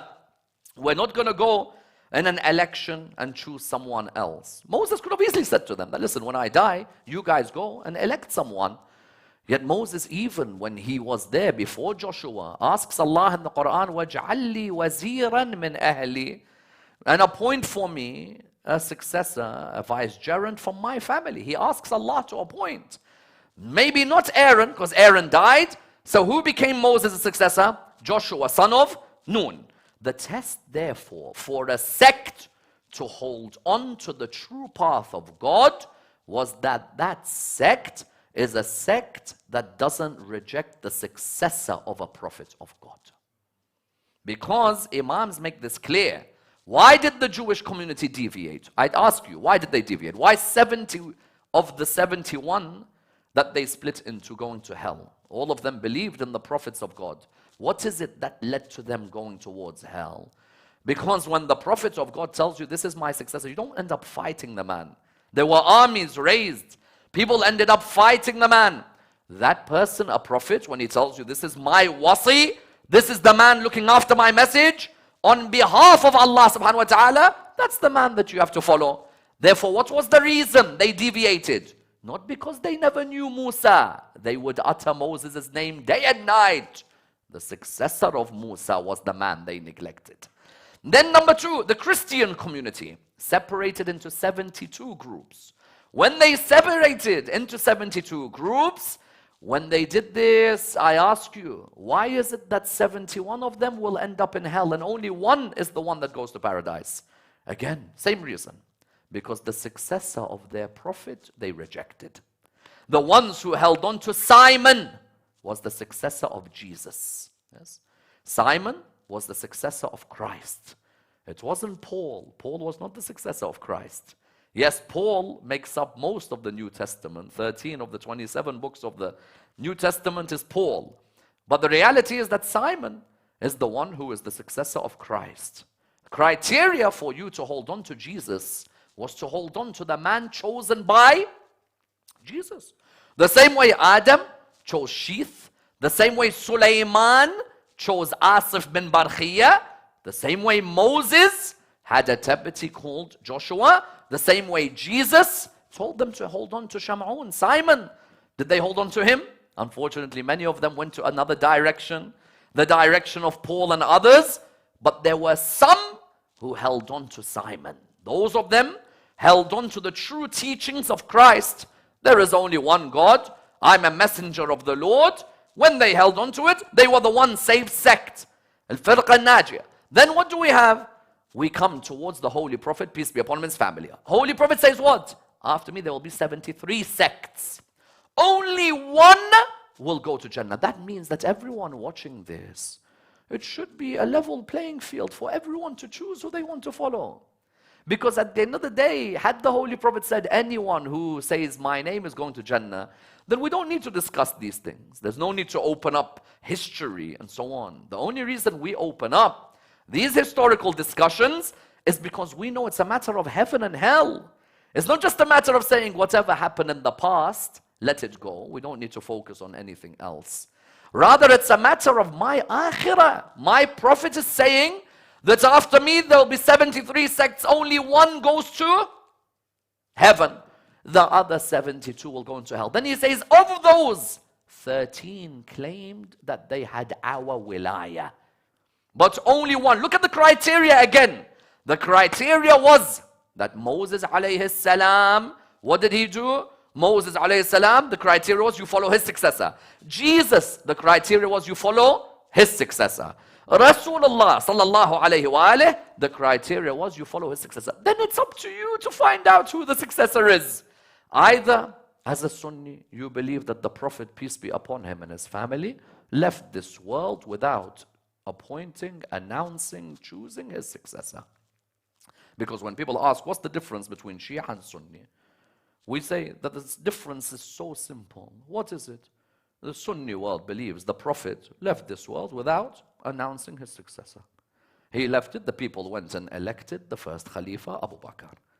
We, on the other hand, say that the Prophet who teaches you when you even go to the bathroom, ajallakum Allah, how to act, would not leave this world without guiding us as to who to hold on to, who's the most knowledgeable of the people. If Moses leaves this world, and Moses tells us Joshua, Jesus leaves, tells us Simon, Sulaiman leaves, just in case someone says those are prophets. Okay, Sulaiman leaves. He left Asif bin Barkhiyah, who's not a prophet of God. Rasulullah sallallahu alayhi wa alayhi would not leave this world without ensuring that there is someone who is there to guide the Muslims. And not just anyone. When I say Ali ibn Abi Talib, salawatullah wa salamu alayhi, is to me the leader of the Muslims, the Imam of the Muslims, our Prophet. I'm not bringing someone random. I'm bringing someone Hindus admire, Sikhs have written poetry on, Christians have written books about, people idolize to a level they called him God. I ask any of you, can you name me a companion of Rasulullah sallallahu alaihi wasallam whose people ended up calling God astaghfirullah? Everybody else, people said yes, political, brave, this, that, but nobody called them God. When you call someone God, astaghfirullah, what type of level is that person? Therefore, the Shi'i argument that Imam Ali alayhi salam had to be held on to is based on what? Not only is based on hadith, but is based logically that the Prophet would not leave the world without ensuring there's a leader for the community, and that there is no way Moses would have a successor, Christ would have a successor, and Rasulullah sallallahu alayhi wa alayhi, who's what the final Sharia, would leave a group of people to elect amongst themselves. And even if election amongst yourself is the method of choosing the next leader, for example, election, the first Khalifa himself chose the second Khalifa. Therefore, if the first Khalifa has a right to choose the Khalifa after him, then why would Rasulullah sallallahu alayhi wa alayhi not have that right? So therefore, what do we have? We have, when we come to this discussion, a hadith on sects. There's no running away from the fact that this religion is a religion that ended up being a number of sects. There are firaq which emerge. Someone might say, Sayyidina, but the Quran in Surah 6 verse 159 says that do not split yourself into groups. Yes, there are those, إِنَّ الَّذِينَ فَرَّقُوا دِينَهُمْ وَكَانُوا شِيَعًا. There are those who split the religion into groups, and what? Those people ended up causing division. I agree with you. I wish we didn't split this religion into groups. Had we held on to the incident of Ghadir, this religion wouldn't be split into groups. The problem is, when this Quran is speaking, it's speaking before Ghadir, not after Ghadir. Therefore, the Quran was guiding us when Rasulullah sallallahu alayhi wa tells you, Man kuntu mawla fahada aliyu mawla. Don't end up saying, this is my opinion, that's your opinion, this is my group, that's your group. The Quran says that such people don't be, because you Muslims, اعتصموا بحبل الله جميعا ولا تفرقوا. Hold on to the rope of Allah, all of you, and do not disunite. What's the rope of Allah? Again, within the literature of the schools of Islam, you have the rope of Allah is the Quran. The rope of Allah is Al Muhammad. And no doubt, the Thaqalain, what are they? The Quran and my Ahlul Bayt. So therefore, when someone tells me, Sayyidina, you're saying that there are sects. Sects are written in the Hadith.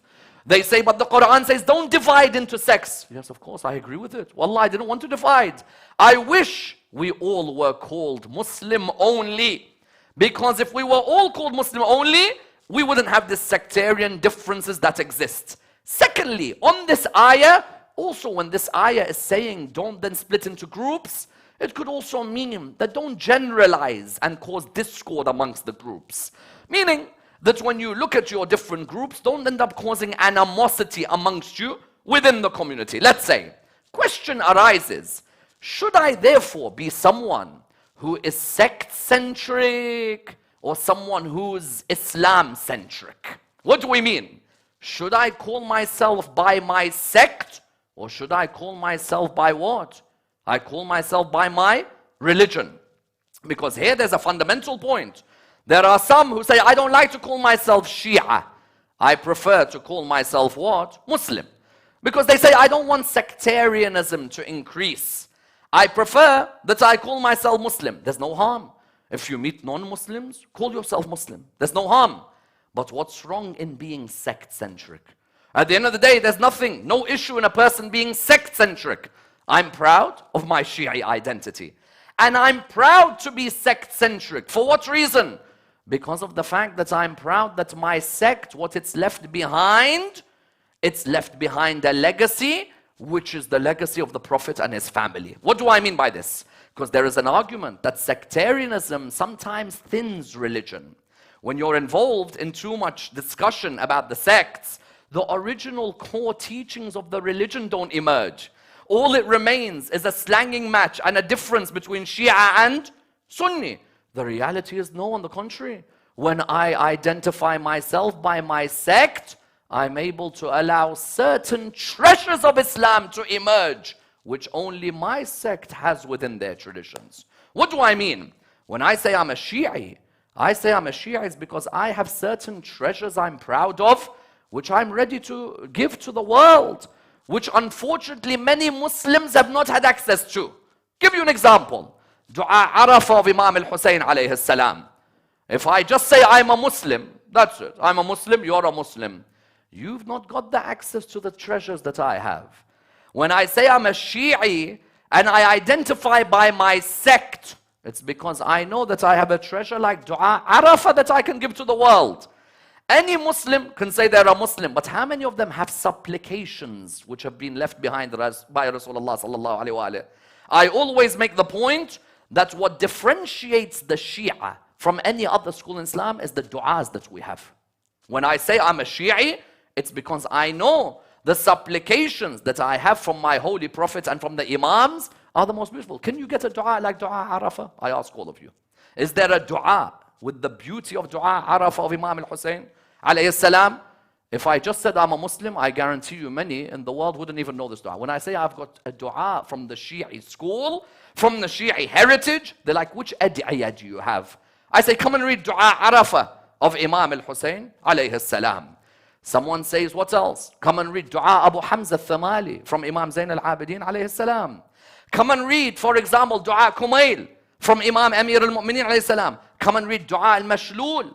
Come and read, for example, Dua al-Tawbah, Dua Makarim al-Akhlaq. A person, when they identify and their worldview is sect-centric, it doesn't mean that will cause trouble.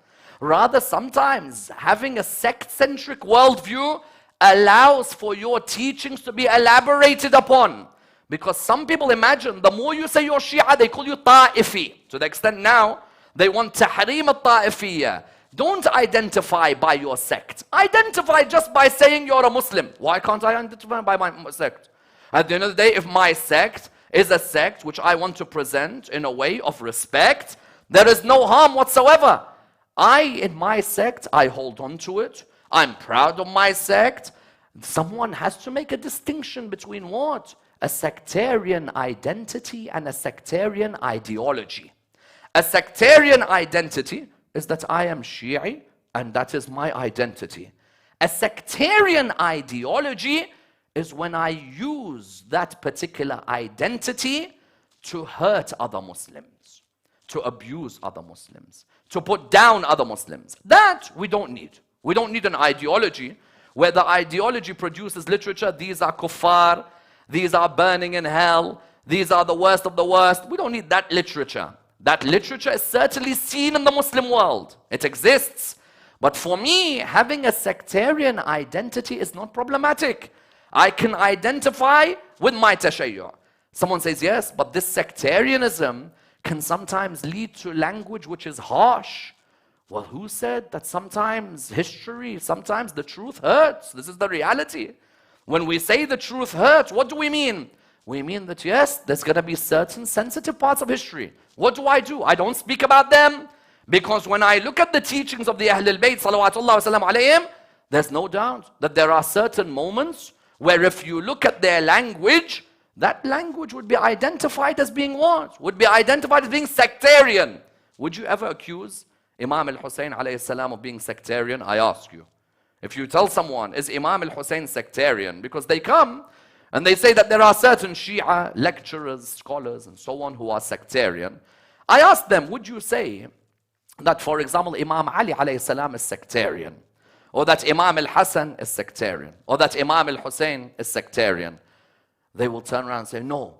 Imams, they were full of love. They were always peaceful. They never had any rhetoric where, for example, they would put their sect and their worldview would be sect-centric. Imam Ali's khutbah in Nahj al-Balagha, shaqshaqiyya. Couldn't someone accuse that khutbah of being sectarian? If you haven't read the khutbah in Nahj al-Balagha, khutbah al-shaqshaqiyya, go read it. Because when you come and tell us that the moment we're proud of our Shi'i identity, automatically you're a sectarian speaker. Okay, Imam alayhi salam in Nahj al-Balagha, sermon number 3, he goes in and he discusses the first caliphate, the second caliphate, and the third caliphate. Does the Imam just say, for example, that you know what, the first caliph, he was there for a few years, and the second caliph was there for a number of years, and the third caliph was there for a number of years, and does the Imam just end it there? Go read the sermon in Nahj al-Balagha. Look at what Imam thinks of what happened in the 25 years after the Holy Prophet, peace be upon him, and his family died. Is Imam Ali sectarian? Because people sometimes want to create an Imam Ali that suits them. Not an Imam Ali that is Mawla. There's a difference. There's some who want an Imam Ali alayhi salam who suits them. Imam Ali, you know, he was a lovable person and he was kind. I don't deny.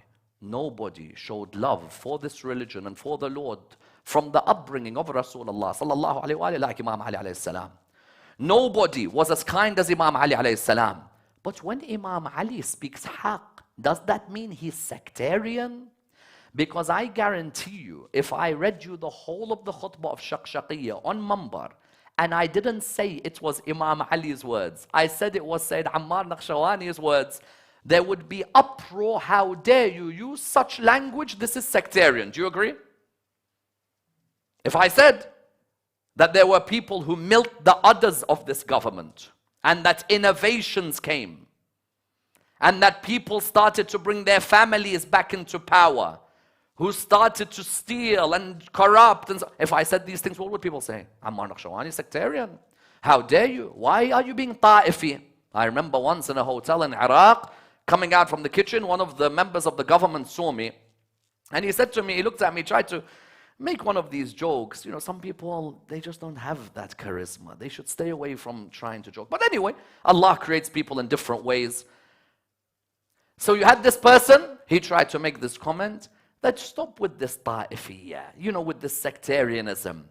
It clearly showed me not only had his party made an absolute shambles of their time in government, but on top of that, when I looked at this person, I thought to myself, it's clear that even as Shia, we haven't understood what is sectarianism. Rather, we've been bullied into thinking that the moment we begin to speak openly about our beliefs, we've become sectarian straight away.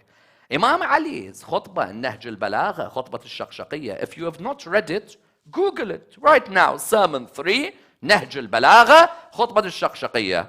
Within that khutbah, Imam Ali speaks the haqq of what happened after Rasulullah sallallahu alayhi wa died.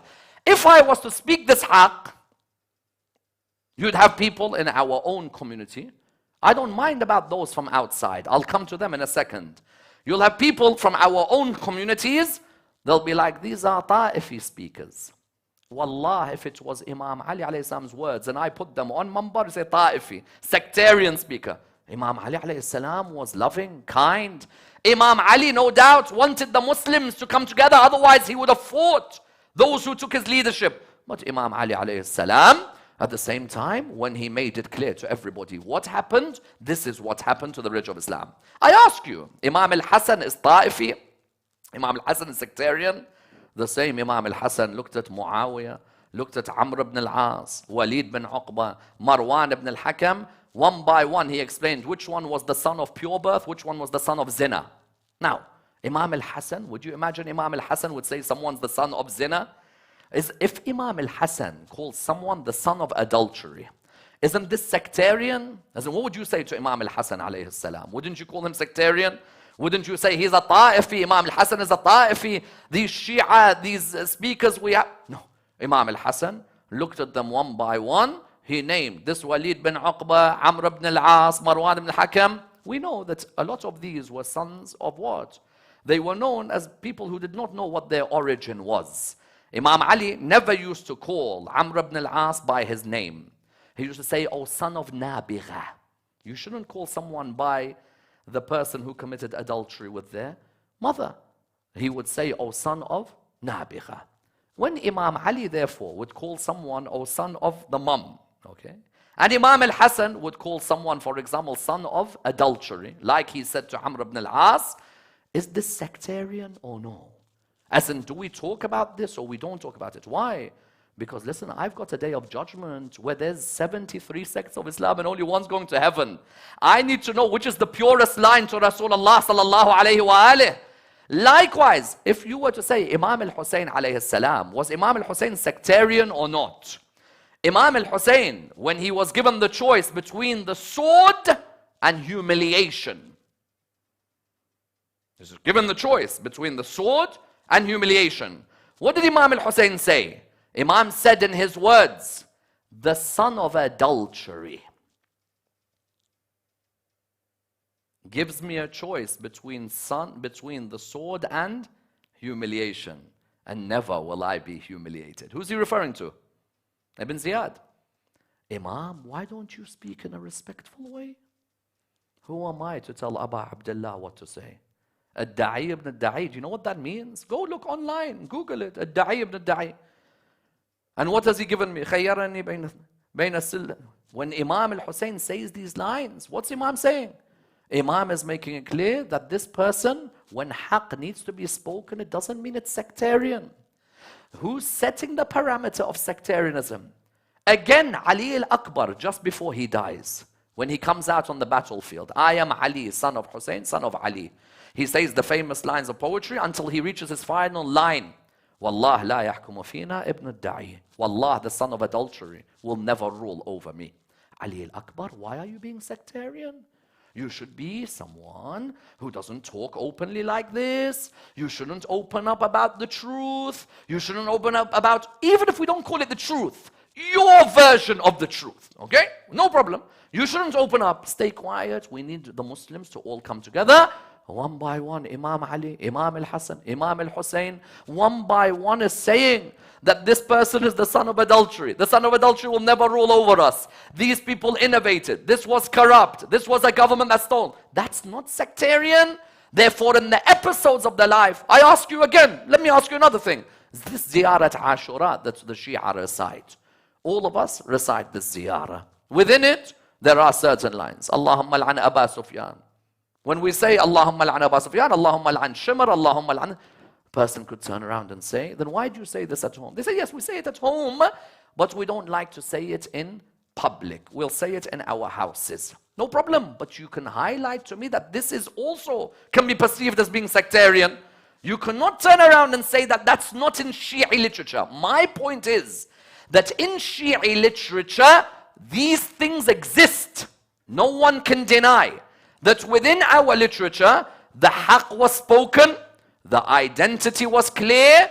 No one was scared of making clear what their identity was. Therefore, when I come into the world today, what is the point that we need to make? The point is, I don't mind if you have your identity, you have your history, but allow me to have mine as well. Because the problem is there's a bullying. We can have our narrative. There's only one narrative of Islam. You Shia, the moment you challenge that narrative, you find the other school, Kafir, Shia, Rawafid. Why? Why? Who said there's only one narrative? Who dictates the narrative? Who says there's only one narrative of the history of Islam? There's more than one narrative. Within one sect, there can be many narratives. Let alone two sects which are in the same religion. You may have different narratives. What I find flabbergasting is when they have a narrative about Islamic history, that is it, as it's gospel. The moment you want to say that there's a different narrative, straight away you're shut down. There is no other narrative. You're not allowed to speak your voice. Who are you to dictate the narrative to me? Why is your books of history the barometer for my narrative? Why? So you may have your books, I respect. You have Bukhari, you have Muslim, you have Tirmidhi, Nasa'i, Abu Dawood and Ibn Majah. Whatever you've got from these books, you can hold on to. I have no problem. But I have my books as well, of scholars you've heard of, scholars you haven't heard of. Because do you know what the problem in the Shia world is? Many of them get rattled quickly about certain things which are said on the pulpits, which are in their books. But the problem is many are not well read. So straight away they get shaky when they hear that there's things like this in their books.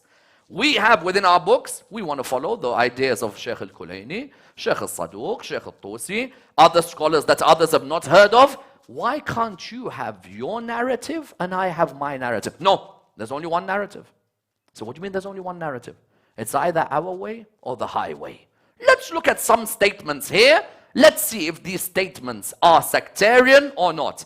Abu Talib, kafir. Is that sectarian? I don't have a problem if they say he's kafir. I really don't. If our brethren who are non-Shia say Abu Talib is a kafir, I personally don't have a problem with it. Because that's his narrative. Let him have his narrative. Abu Talib is a kafir is your narrative. Let me have my narrative. I am not saying you're sectarian when you call someone I admire and I'm ready to give my soul away to, when you call him kafir. Do I turn around and say you're sectarian? Not at all. That's your narrative. You want to prefer to believe that Abu Sufyan and his children were all Muslim. And I believe that Abu Talib and his children were all mu'min. You can call Abu Talib kafir, no problem. But why is it when I call someone kafir, automatically I'm sectarian? You calling Abu Talib kafir, straight away, they say that you're sectarian. When I come to looking at, for example, certain figures, the moment I try to even say a word on Mambar, sectarian, trouble. How could you? This not, Baba, you have your narrative, I have mine. And we're not living in the Middle East where you could get a shotgun and kill. We're living in Britain. You have a narrative, I have. We're living in America. You have a narrative, I have. We're living in Canada. You have a narrative, I have. Do I have a problem with you saying Abu Talib is a kafir? I recognize that your narratives had many who had hate for Ali. It doesn't surprise me if they hate his father. But for me, I have my narrative as well. What happens if I say Muawiyah is the cause of all the trouble in this religion? Is that sectarian? I don't know. Is it sectarian or not? If I say Muawiyah is the cause of all the trouble in Islam, is it sectarian? I wish I was the one who said it. A Sunni scholar, Sheikh Ahmed al-Kubaisi, said Muawiyah is the cause of all the masa'ib in the religion. When Sheikh Ahmed al-Kubaisi says this, there's no issue. If we now say Muawiyah is the cause of all the trouble, this is my reading. Therefore, I have a sectarian identity. I'm proud that in my literature, I see Muawiyah is the cause of all the trouble in the religion of Islam. In which way? A man who fights Imam Ali ibn Abi Talib alayhi salam, that man you really think is still a Muslim? A man who institutes the cursing of Imam Ali alayhi salam, that man you really think is still a Muslim? In all honesty, someone who institutes the cursing of Imam Ali, because you keep telling me that you Shia cursed the Sahaba, you Shia cursed the Sahaba, you Shia cursed the Sahaba. Muawiyah, when he curses the greatest of Sahaba, there's no issue. Both are radiyallahu anhu. But brother, I don't mind. That's your narrative. You believe Muawiyah, even though he fought Imam Ali alayhi salam, you still want to call him Amir. Call him. But give me the right to look at a different version of history. If I say Yazid, la'natullah alayh, is that sectarian? I want to ask. If I say Yazid, la'natullah alayh, sectarian or not? It wasn't me who said it. Dr. Adhaan Ibrahim, again, Sunni, who says Yazid, la'natullah alayh. He says that. If I say it, you're like, Baba, why are you doing la'nat? You shouldn't. No. They have a version where they say no la'na on Yazid. Dr. Adhaan Ibrahim said, la'natullah alayh. They said, no, we don't like Yazid. He has not done anything wrong, but we won't do la'na on him. No problem. Some of our own Shia even come and say, don't do la'na on Yazid. Why? I remember once one of them saying, don't do la'na, Allah is all forgiving.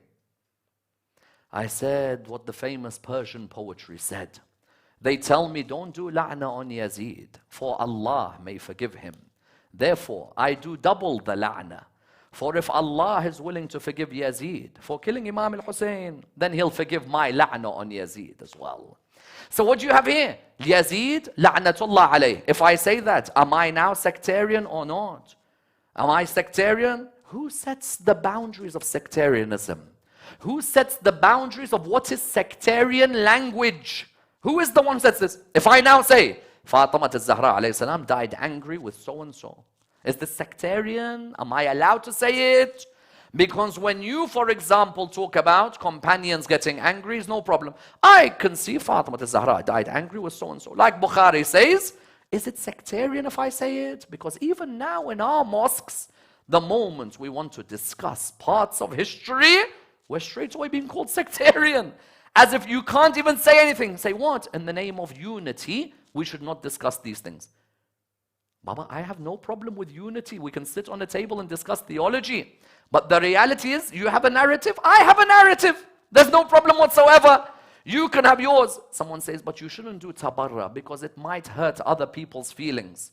In the same way, they idolize someone who does tabarra of Imam Ali on a day like Saffin, brings up generations of people who curse Ali ibn Abi Talib. Likewise, I dissociate with this person. What's wrong with it?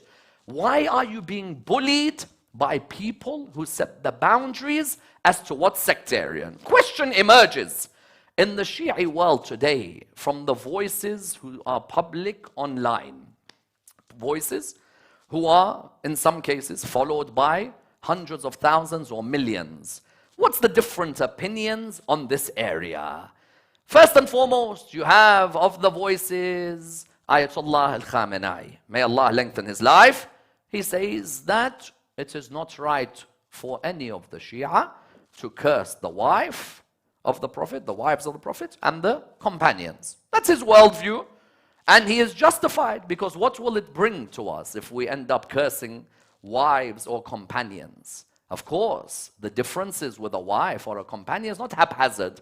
I was in a cab one day in New York, and someone turned around to me and he said, you know, the Shia, they don't like so-and-so and so-and-so and so-and-so. I replied by saying, brother, do you think that they just woke up one morning and picked a few names out of a bowl and said, I don't like so-and-so and so-and-so?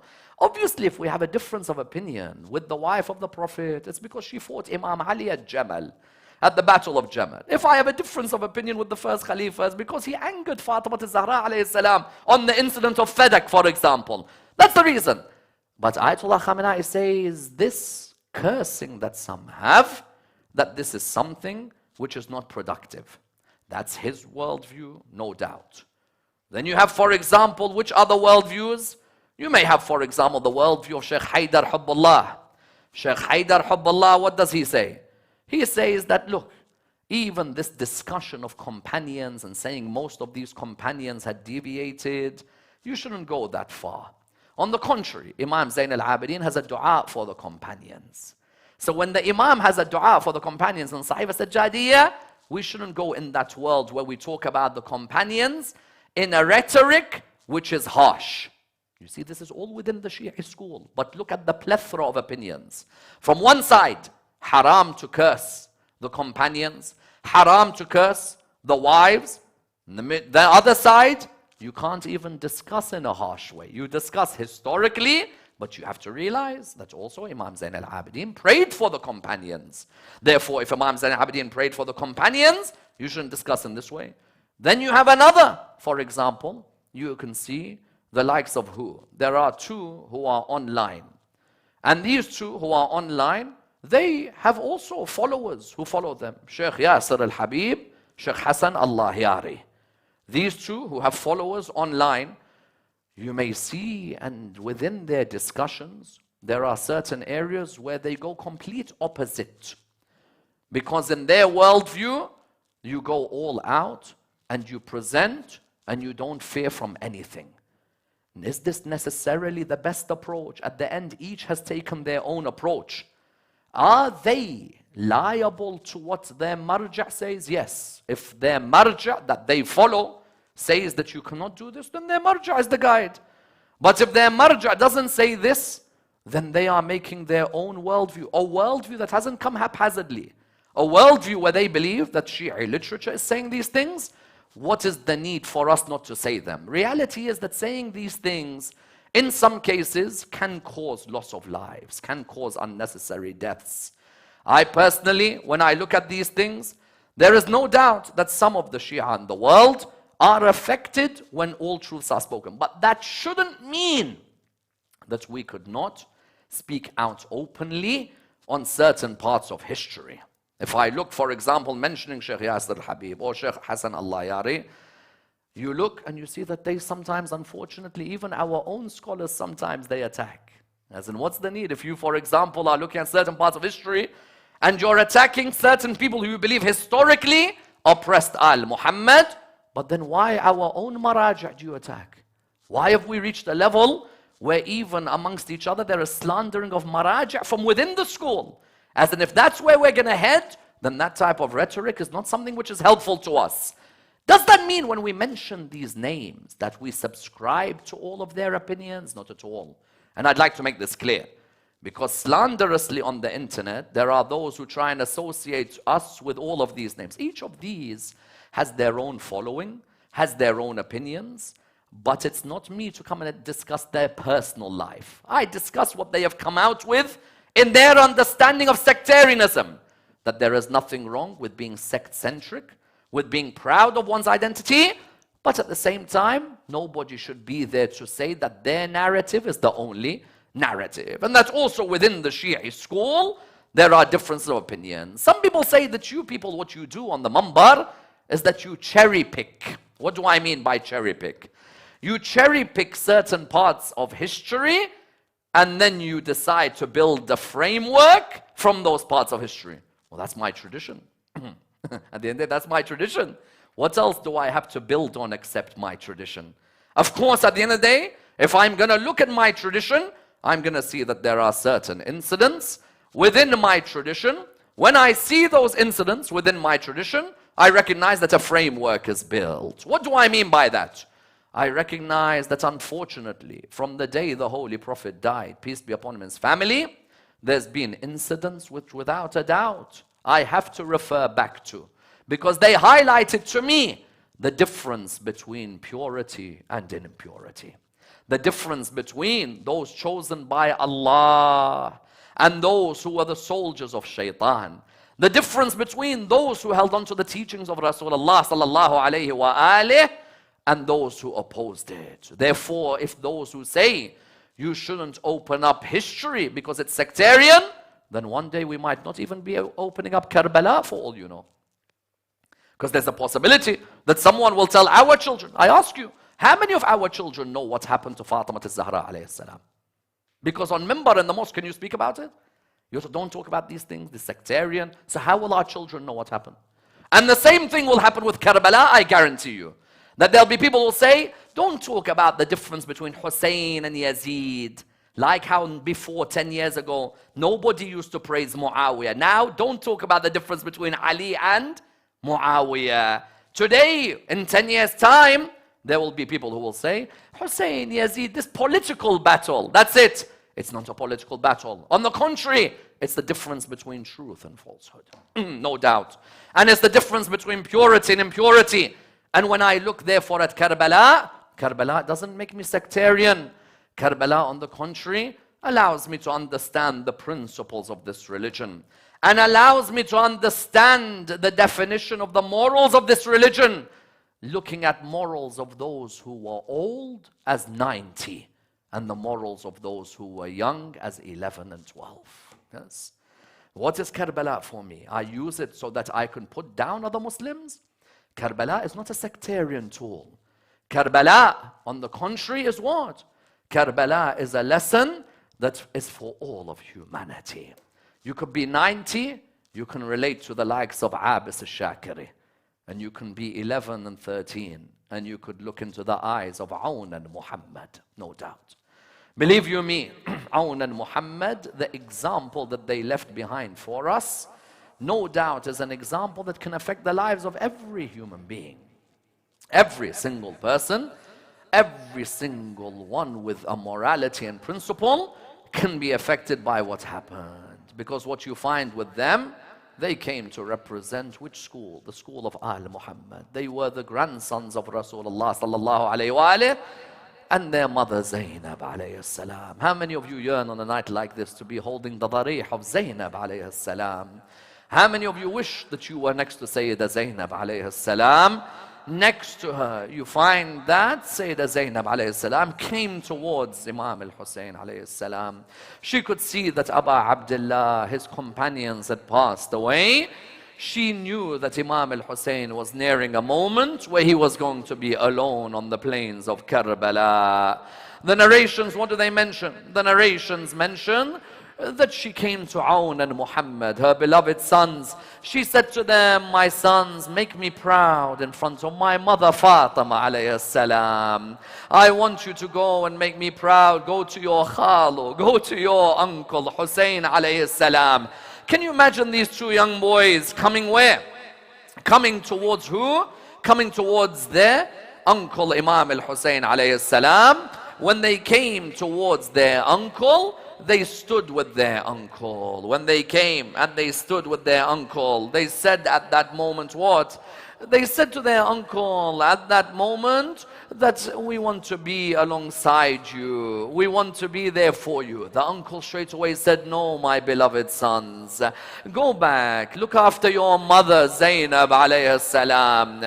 They began to walk back to Sayyidah Zainab alayhi salam. Sayyidah Zainab alayhi salam took the two of them. She said, why are you back here? I tell you, what patience does this lady have? But what sacrifice does this lady have? She said at that moment, why are you back here? They said, he said, return back to your aunt, to your mother. Go and look after your mother. She could see they were disappointed. Why? Layla had given Akbar, and Ramla had given Qasim, and al-Baneen had given 4. So they could see there was a disappointment there. So the mother at that moment began to walk to her brother. I want you to imagine the scene. She came towards her brother. She said to him, Aba Abdullah. He said to her, yes, my beloved Zainab. She said, I want to say something to you. You didn't want them to be fighting now? He said to her, Zainab, I want them to be there to look after you. She said, okay, I want to say something to you. He said, go ahead, tell me, my sister. She said, do you remember the battle of Siffin when my brother Abbas was so young? When he came out on the battlefield, do you remember our father, the smile he had on his face?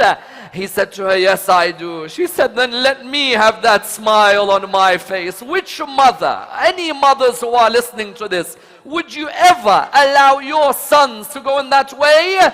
But no one teaches sacrifice like Zainab alayhi salam. Then she said something else which made him cry. What was it? I ask you in the name of my mother Fatima. I ask you in the name of my mother Fatima al-Zahra, allow my boys to represent me. Ramla's given Qasim, al-Banin has given 4, Layla has given Akbar, and Rabab in a moment will see Asghar no more. Allow my boys to represent me on this day, so I may be proud when I see my mother Fatima. Fatima, oh my grandmother, if you're here in this majlis, may Allah subhanahu wa ta'ala bless you. I ask for your apology. I apologize to you for reciting this. I ask for your forgiveness. They came to their uncle. He embraced both of them one by one. When they came out on the battlefield, they attacked everyone who was in front of them. Whenever a person came to strike on, Muhammad would defend him. When a person would come and attack Muhammad, Aoun would defend him. There was a moment, mind you. What was the moment? Every moment they turned round to their uncle Abbas alayhi salam. Why? Because they wanted to make sure that Abbas was proud of what they were doing. At that moment, Umar bin Sa'ad called out, don't fight them one-on-one. They said, why? He replied by saying what? He said, these are the grandsons of Ali ibn Abi Talib. All of a sudden, surrounding them from every side, the soldiers began to attack them. When a soldier would attack Aoun, Muhammad would jump in his way. When a soldier would attack Muhammad, Aoun would come in his way.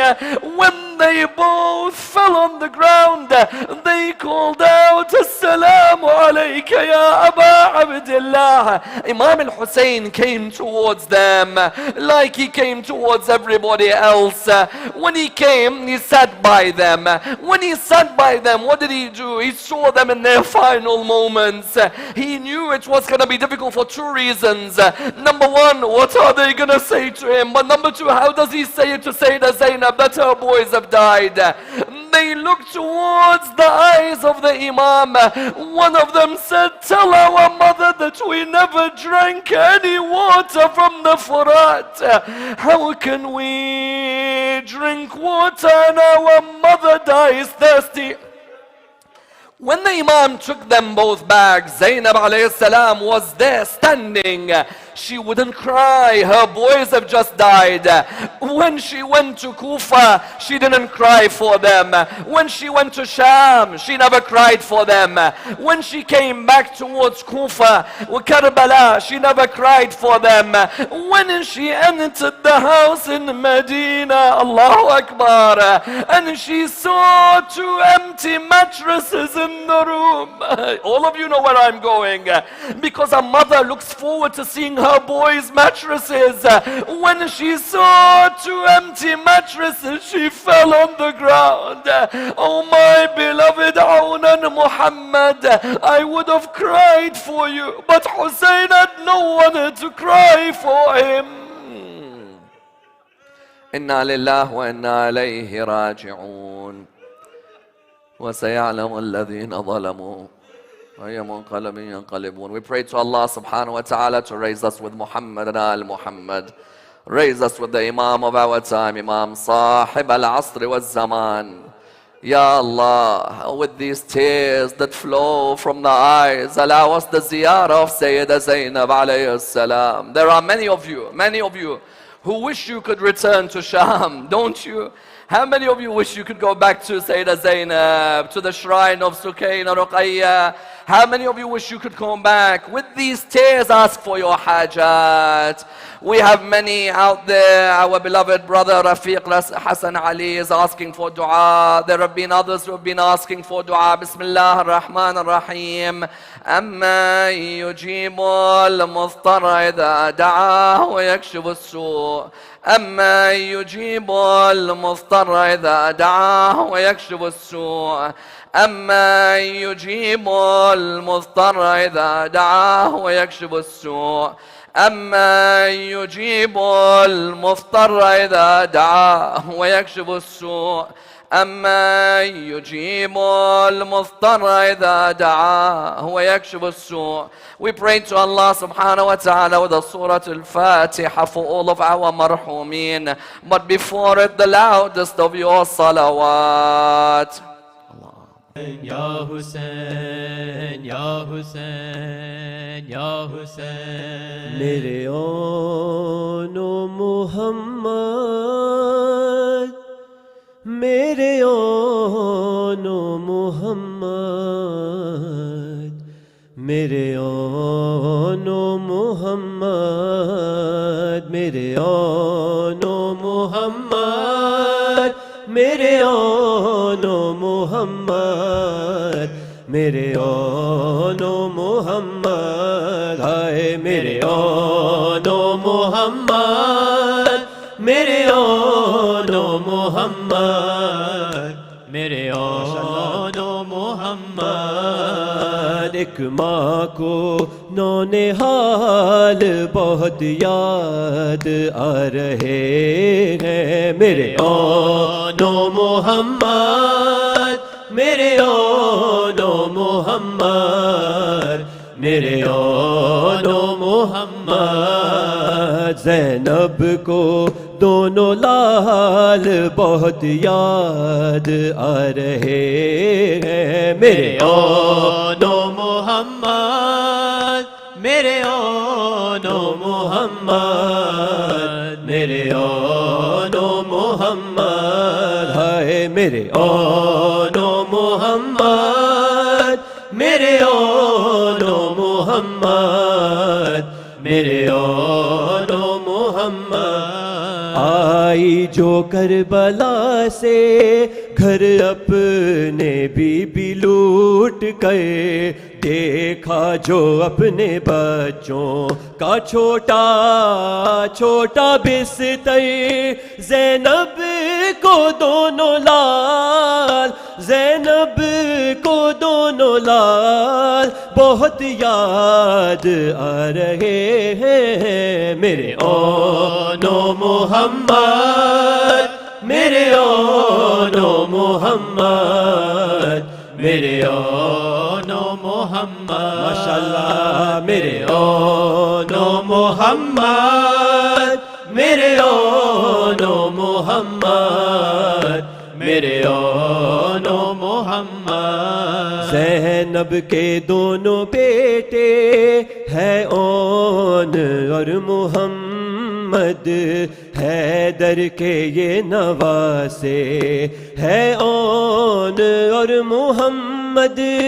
زینب کو دونوں لال, زینب کو دونوں لال بہت یاد آ رہے ہیں. میرے اونو محمد, میرے اونو محمد, میرے اونو محمد. بے ساختہ ہی ماں کی آنکھوں میں آنسو چل کے, زینب نے اپنے بچوں کے کرتے جیسے دیکھے.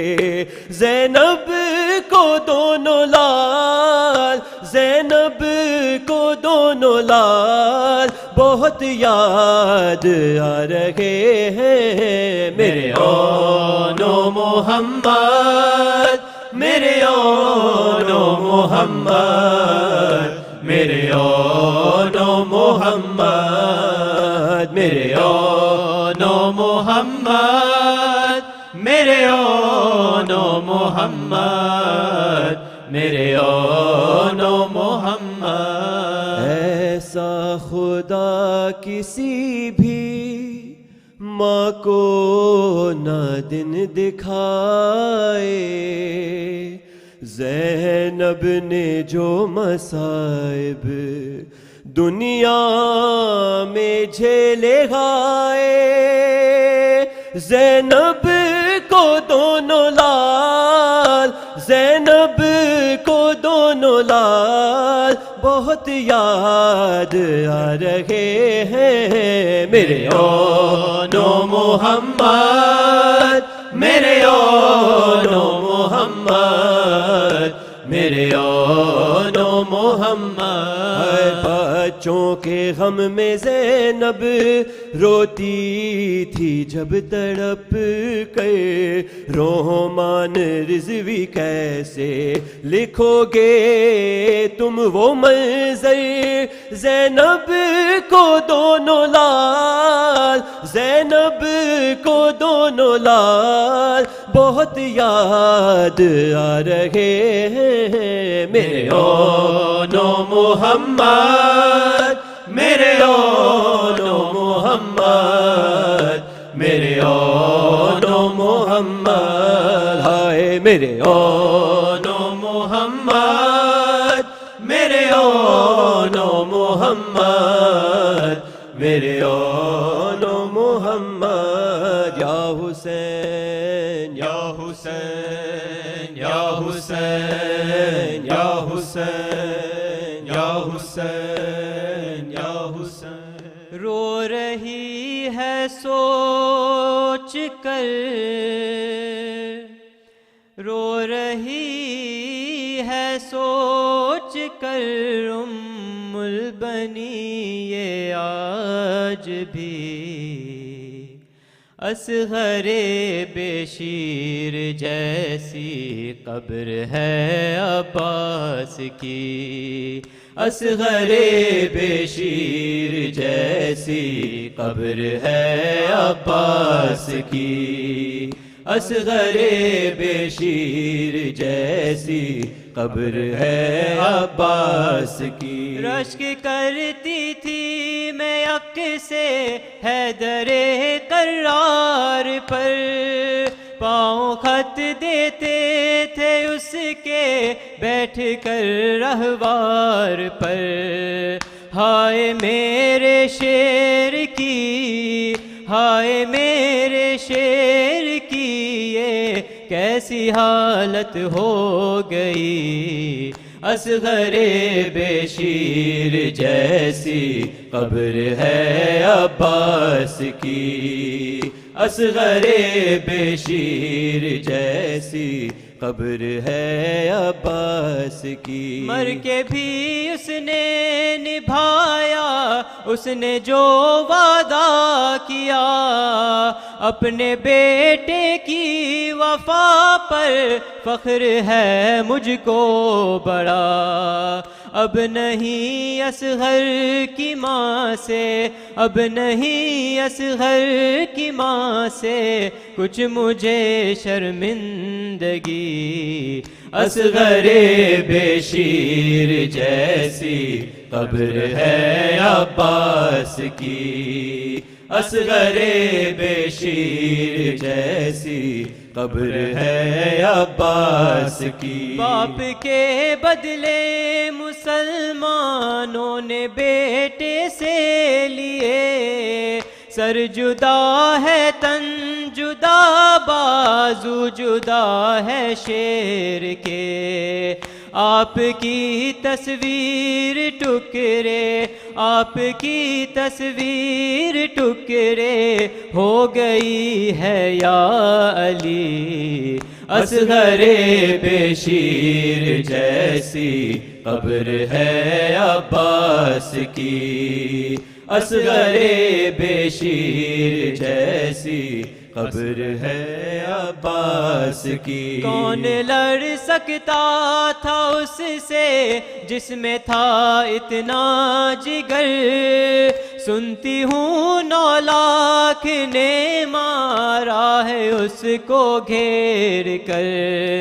لاش بھی اس کی سلامت، لاش بھی اس کی سلامت دشت میں رہنے نہ دی. اصغر بے شیر جیسی قبر ہے عباس کی. اصغر بے شیر جیسی قبر ہے عباس کی. کب سماتا تھا میری چادر میں تو اے میرے لال. کر دیا ہے ظالموں نے یہ تیرے لاشے کا حال.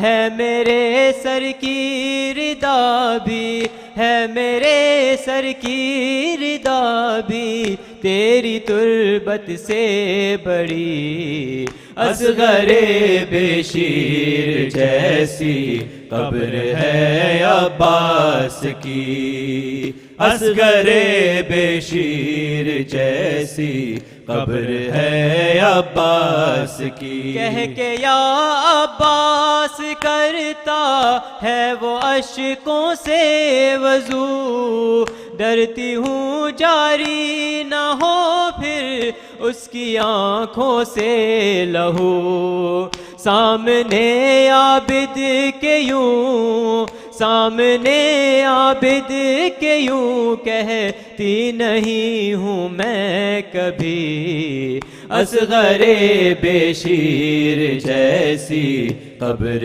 ہے عباس کی، اصغر بشیر جیسی قبر ہے عباس کی، رو کے کرتی ہے سلام ان کو تکلم کربلا، فاطمہ زہرا سے ماں بیٹے نے کی ایسے وفا، مادر عباس کی، مادر عباس کی تربت بھی ہے ٹوٹی ہوئی، اصغر بشیر جیسی قبر ہے عباس کی، اصغر بشیر جیسی قبر ہے عباس کی، اصغر بشیر جیسی قبر ہے عباس کی، یا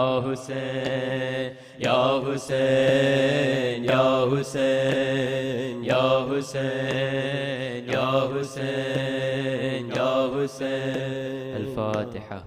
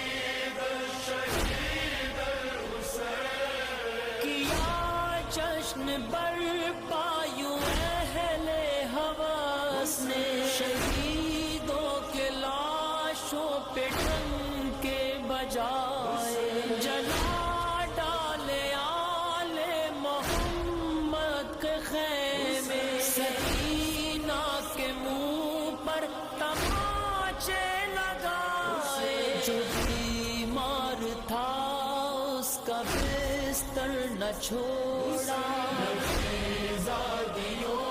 پر بھی چلائے، حسین الغریب الغریب الحسین، حسین الشہید الشہید الحسین. اللهم صل على محمد وآل محمد. بسم الله الرحمن الرحيم. السلام عليك يا أبا عبد الله، السلام عليك يا رسول الله، السلام عليك يا أمير المؤمنين، السلام عليك يا فاطمة الزهراء سيدتي نساء العالمين. السلام عليك يا حسن المجتبى. السلام عليك يا حسين الشهيد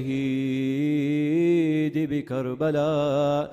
السلام على الحسين وعلى علي بن الحسين وعلى أولاد الحسين وعلى أصحاب الحسين، خصوصا سيدي أبا الفضل العباس بن أمير المؤمنين ورحمة الله وبركاته.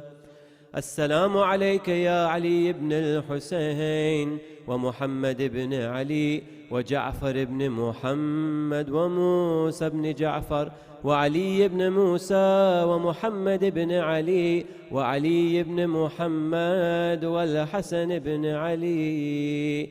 السلام عليك يا مولانا يا صاحب العصر والزمان سيدي الأمان الأمان الأمان من فتنة الزمان. السلام عليك يا شريك القرآن. السلام عليك يا خليفة الرحمن وكعبة الإيمان.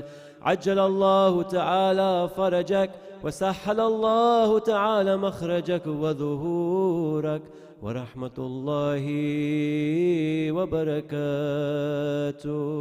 بسم الله الرحمن الرحيم.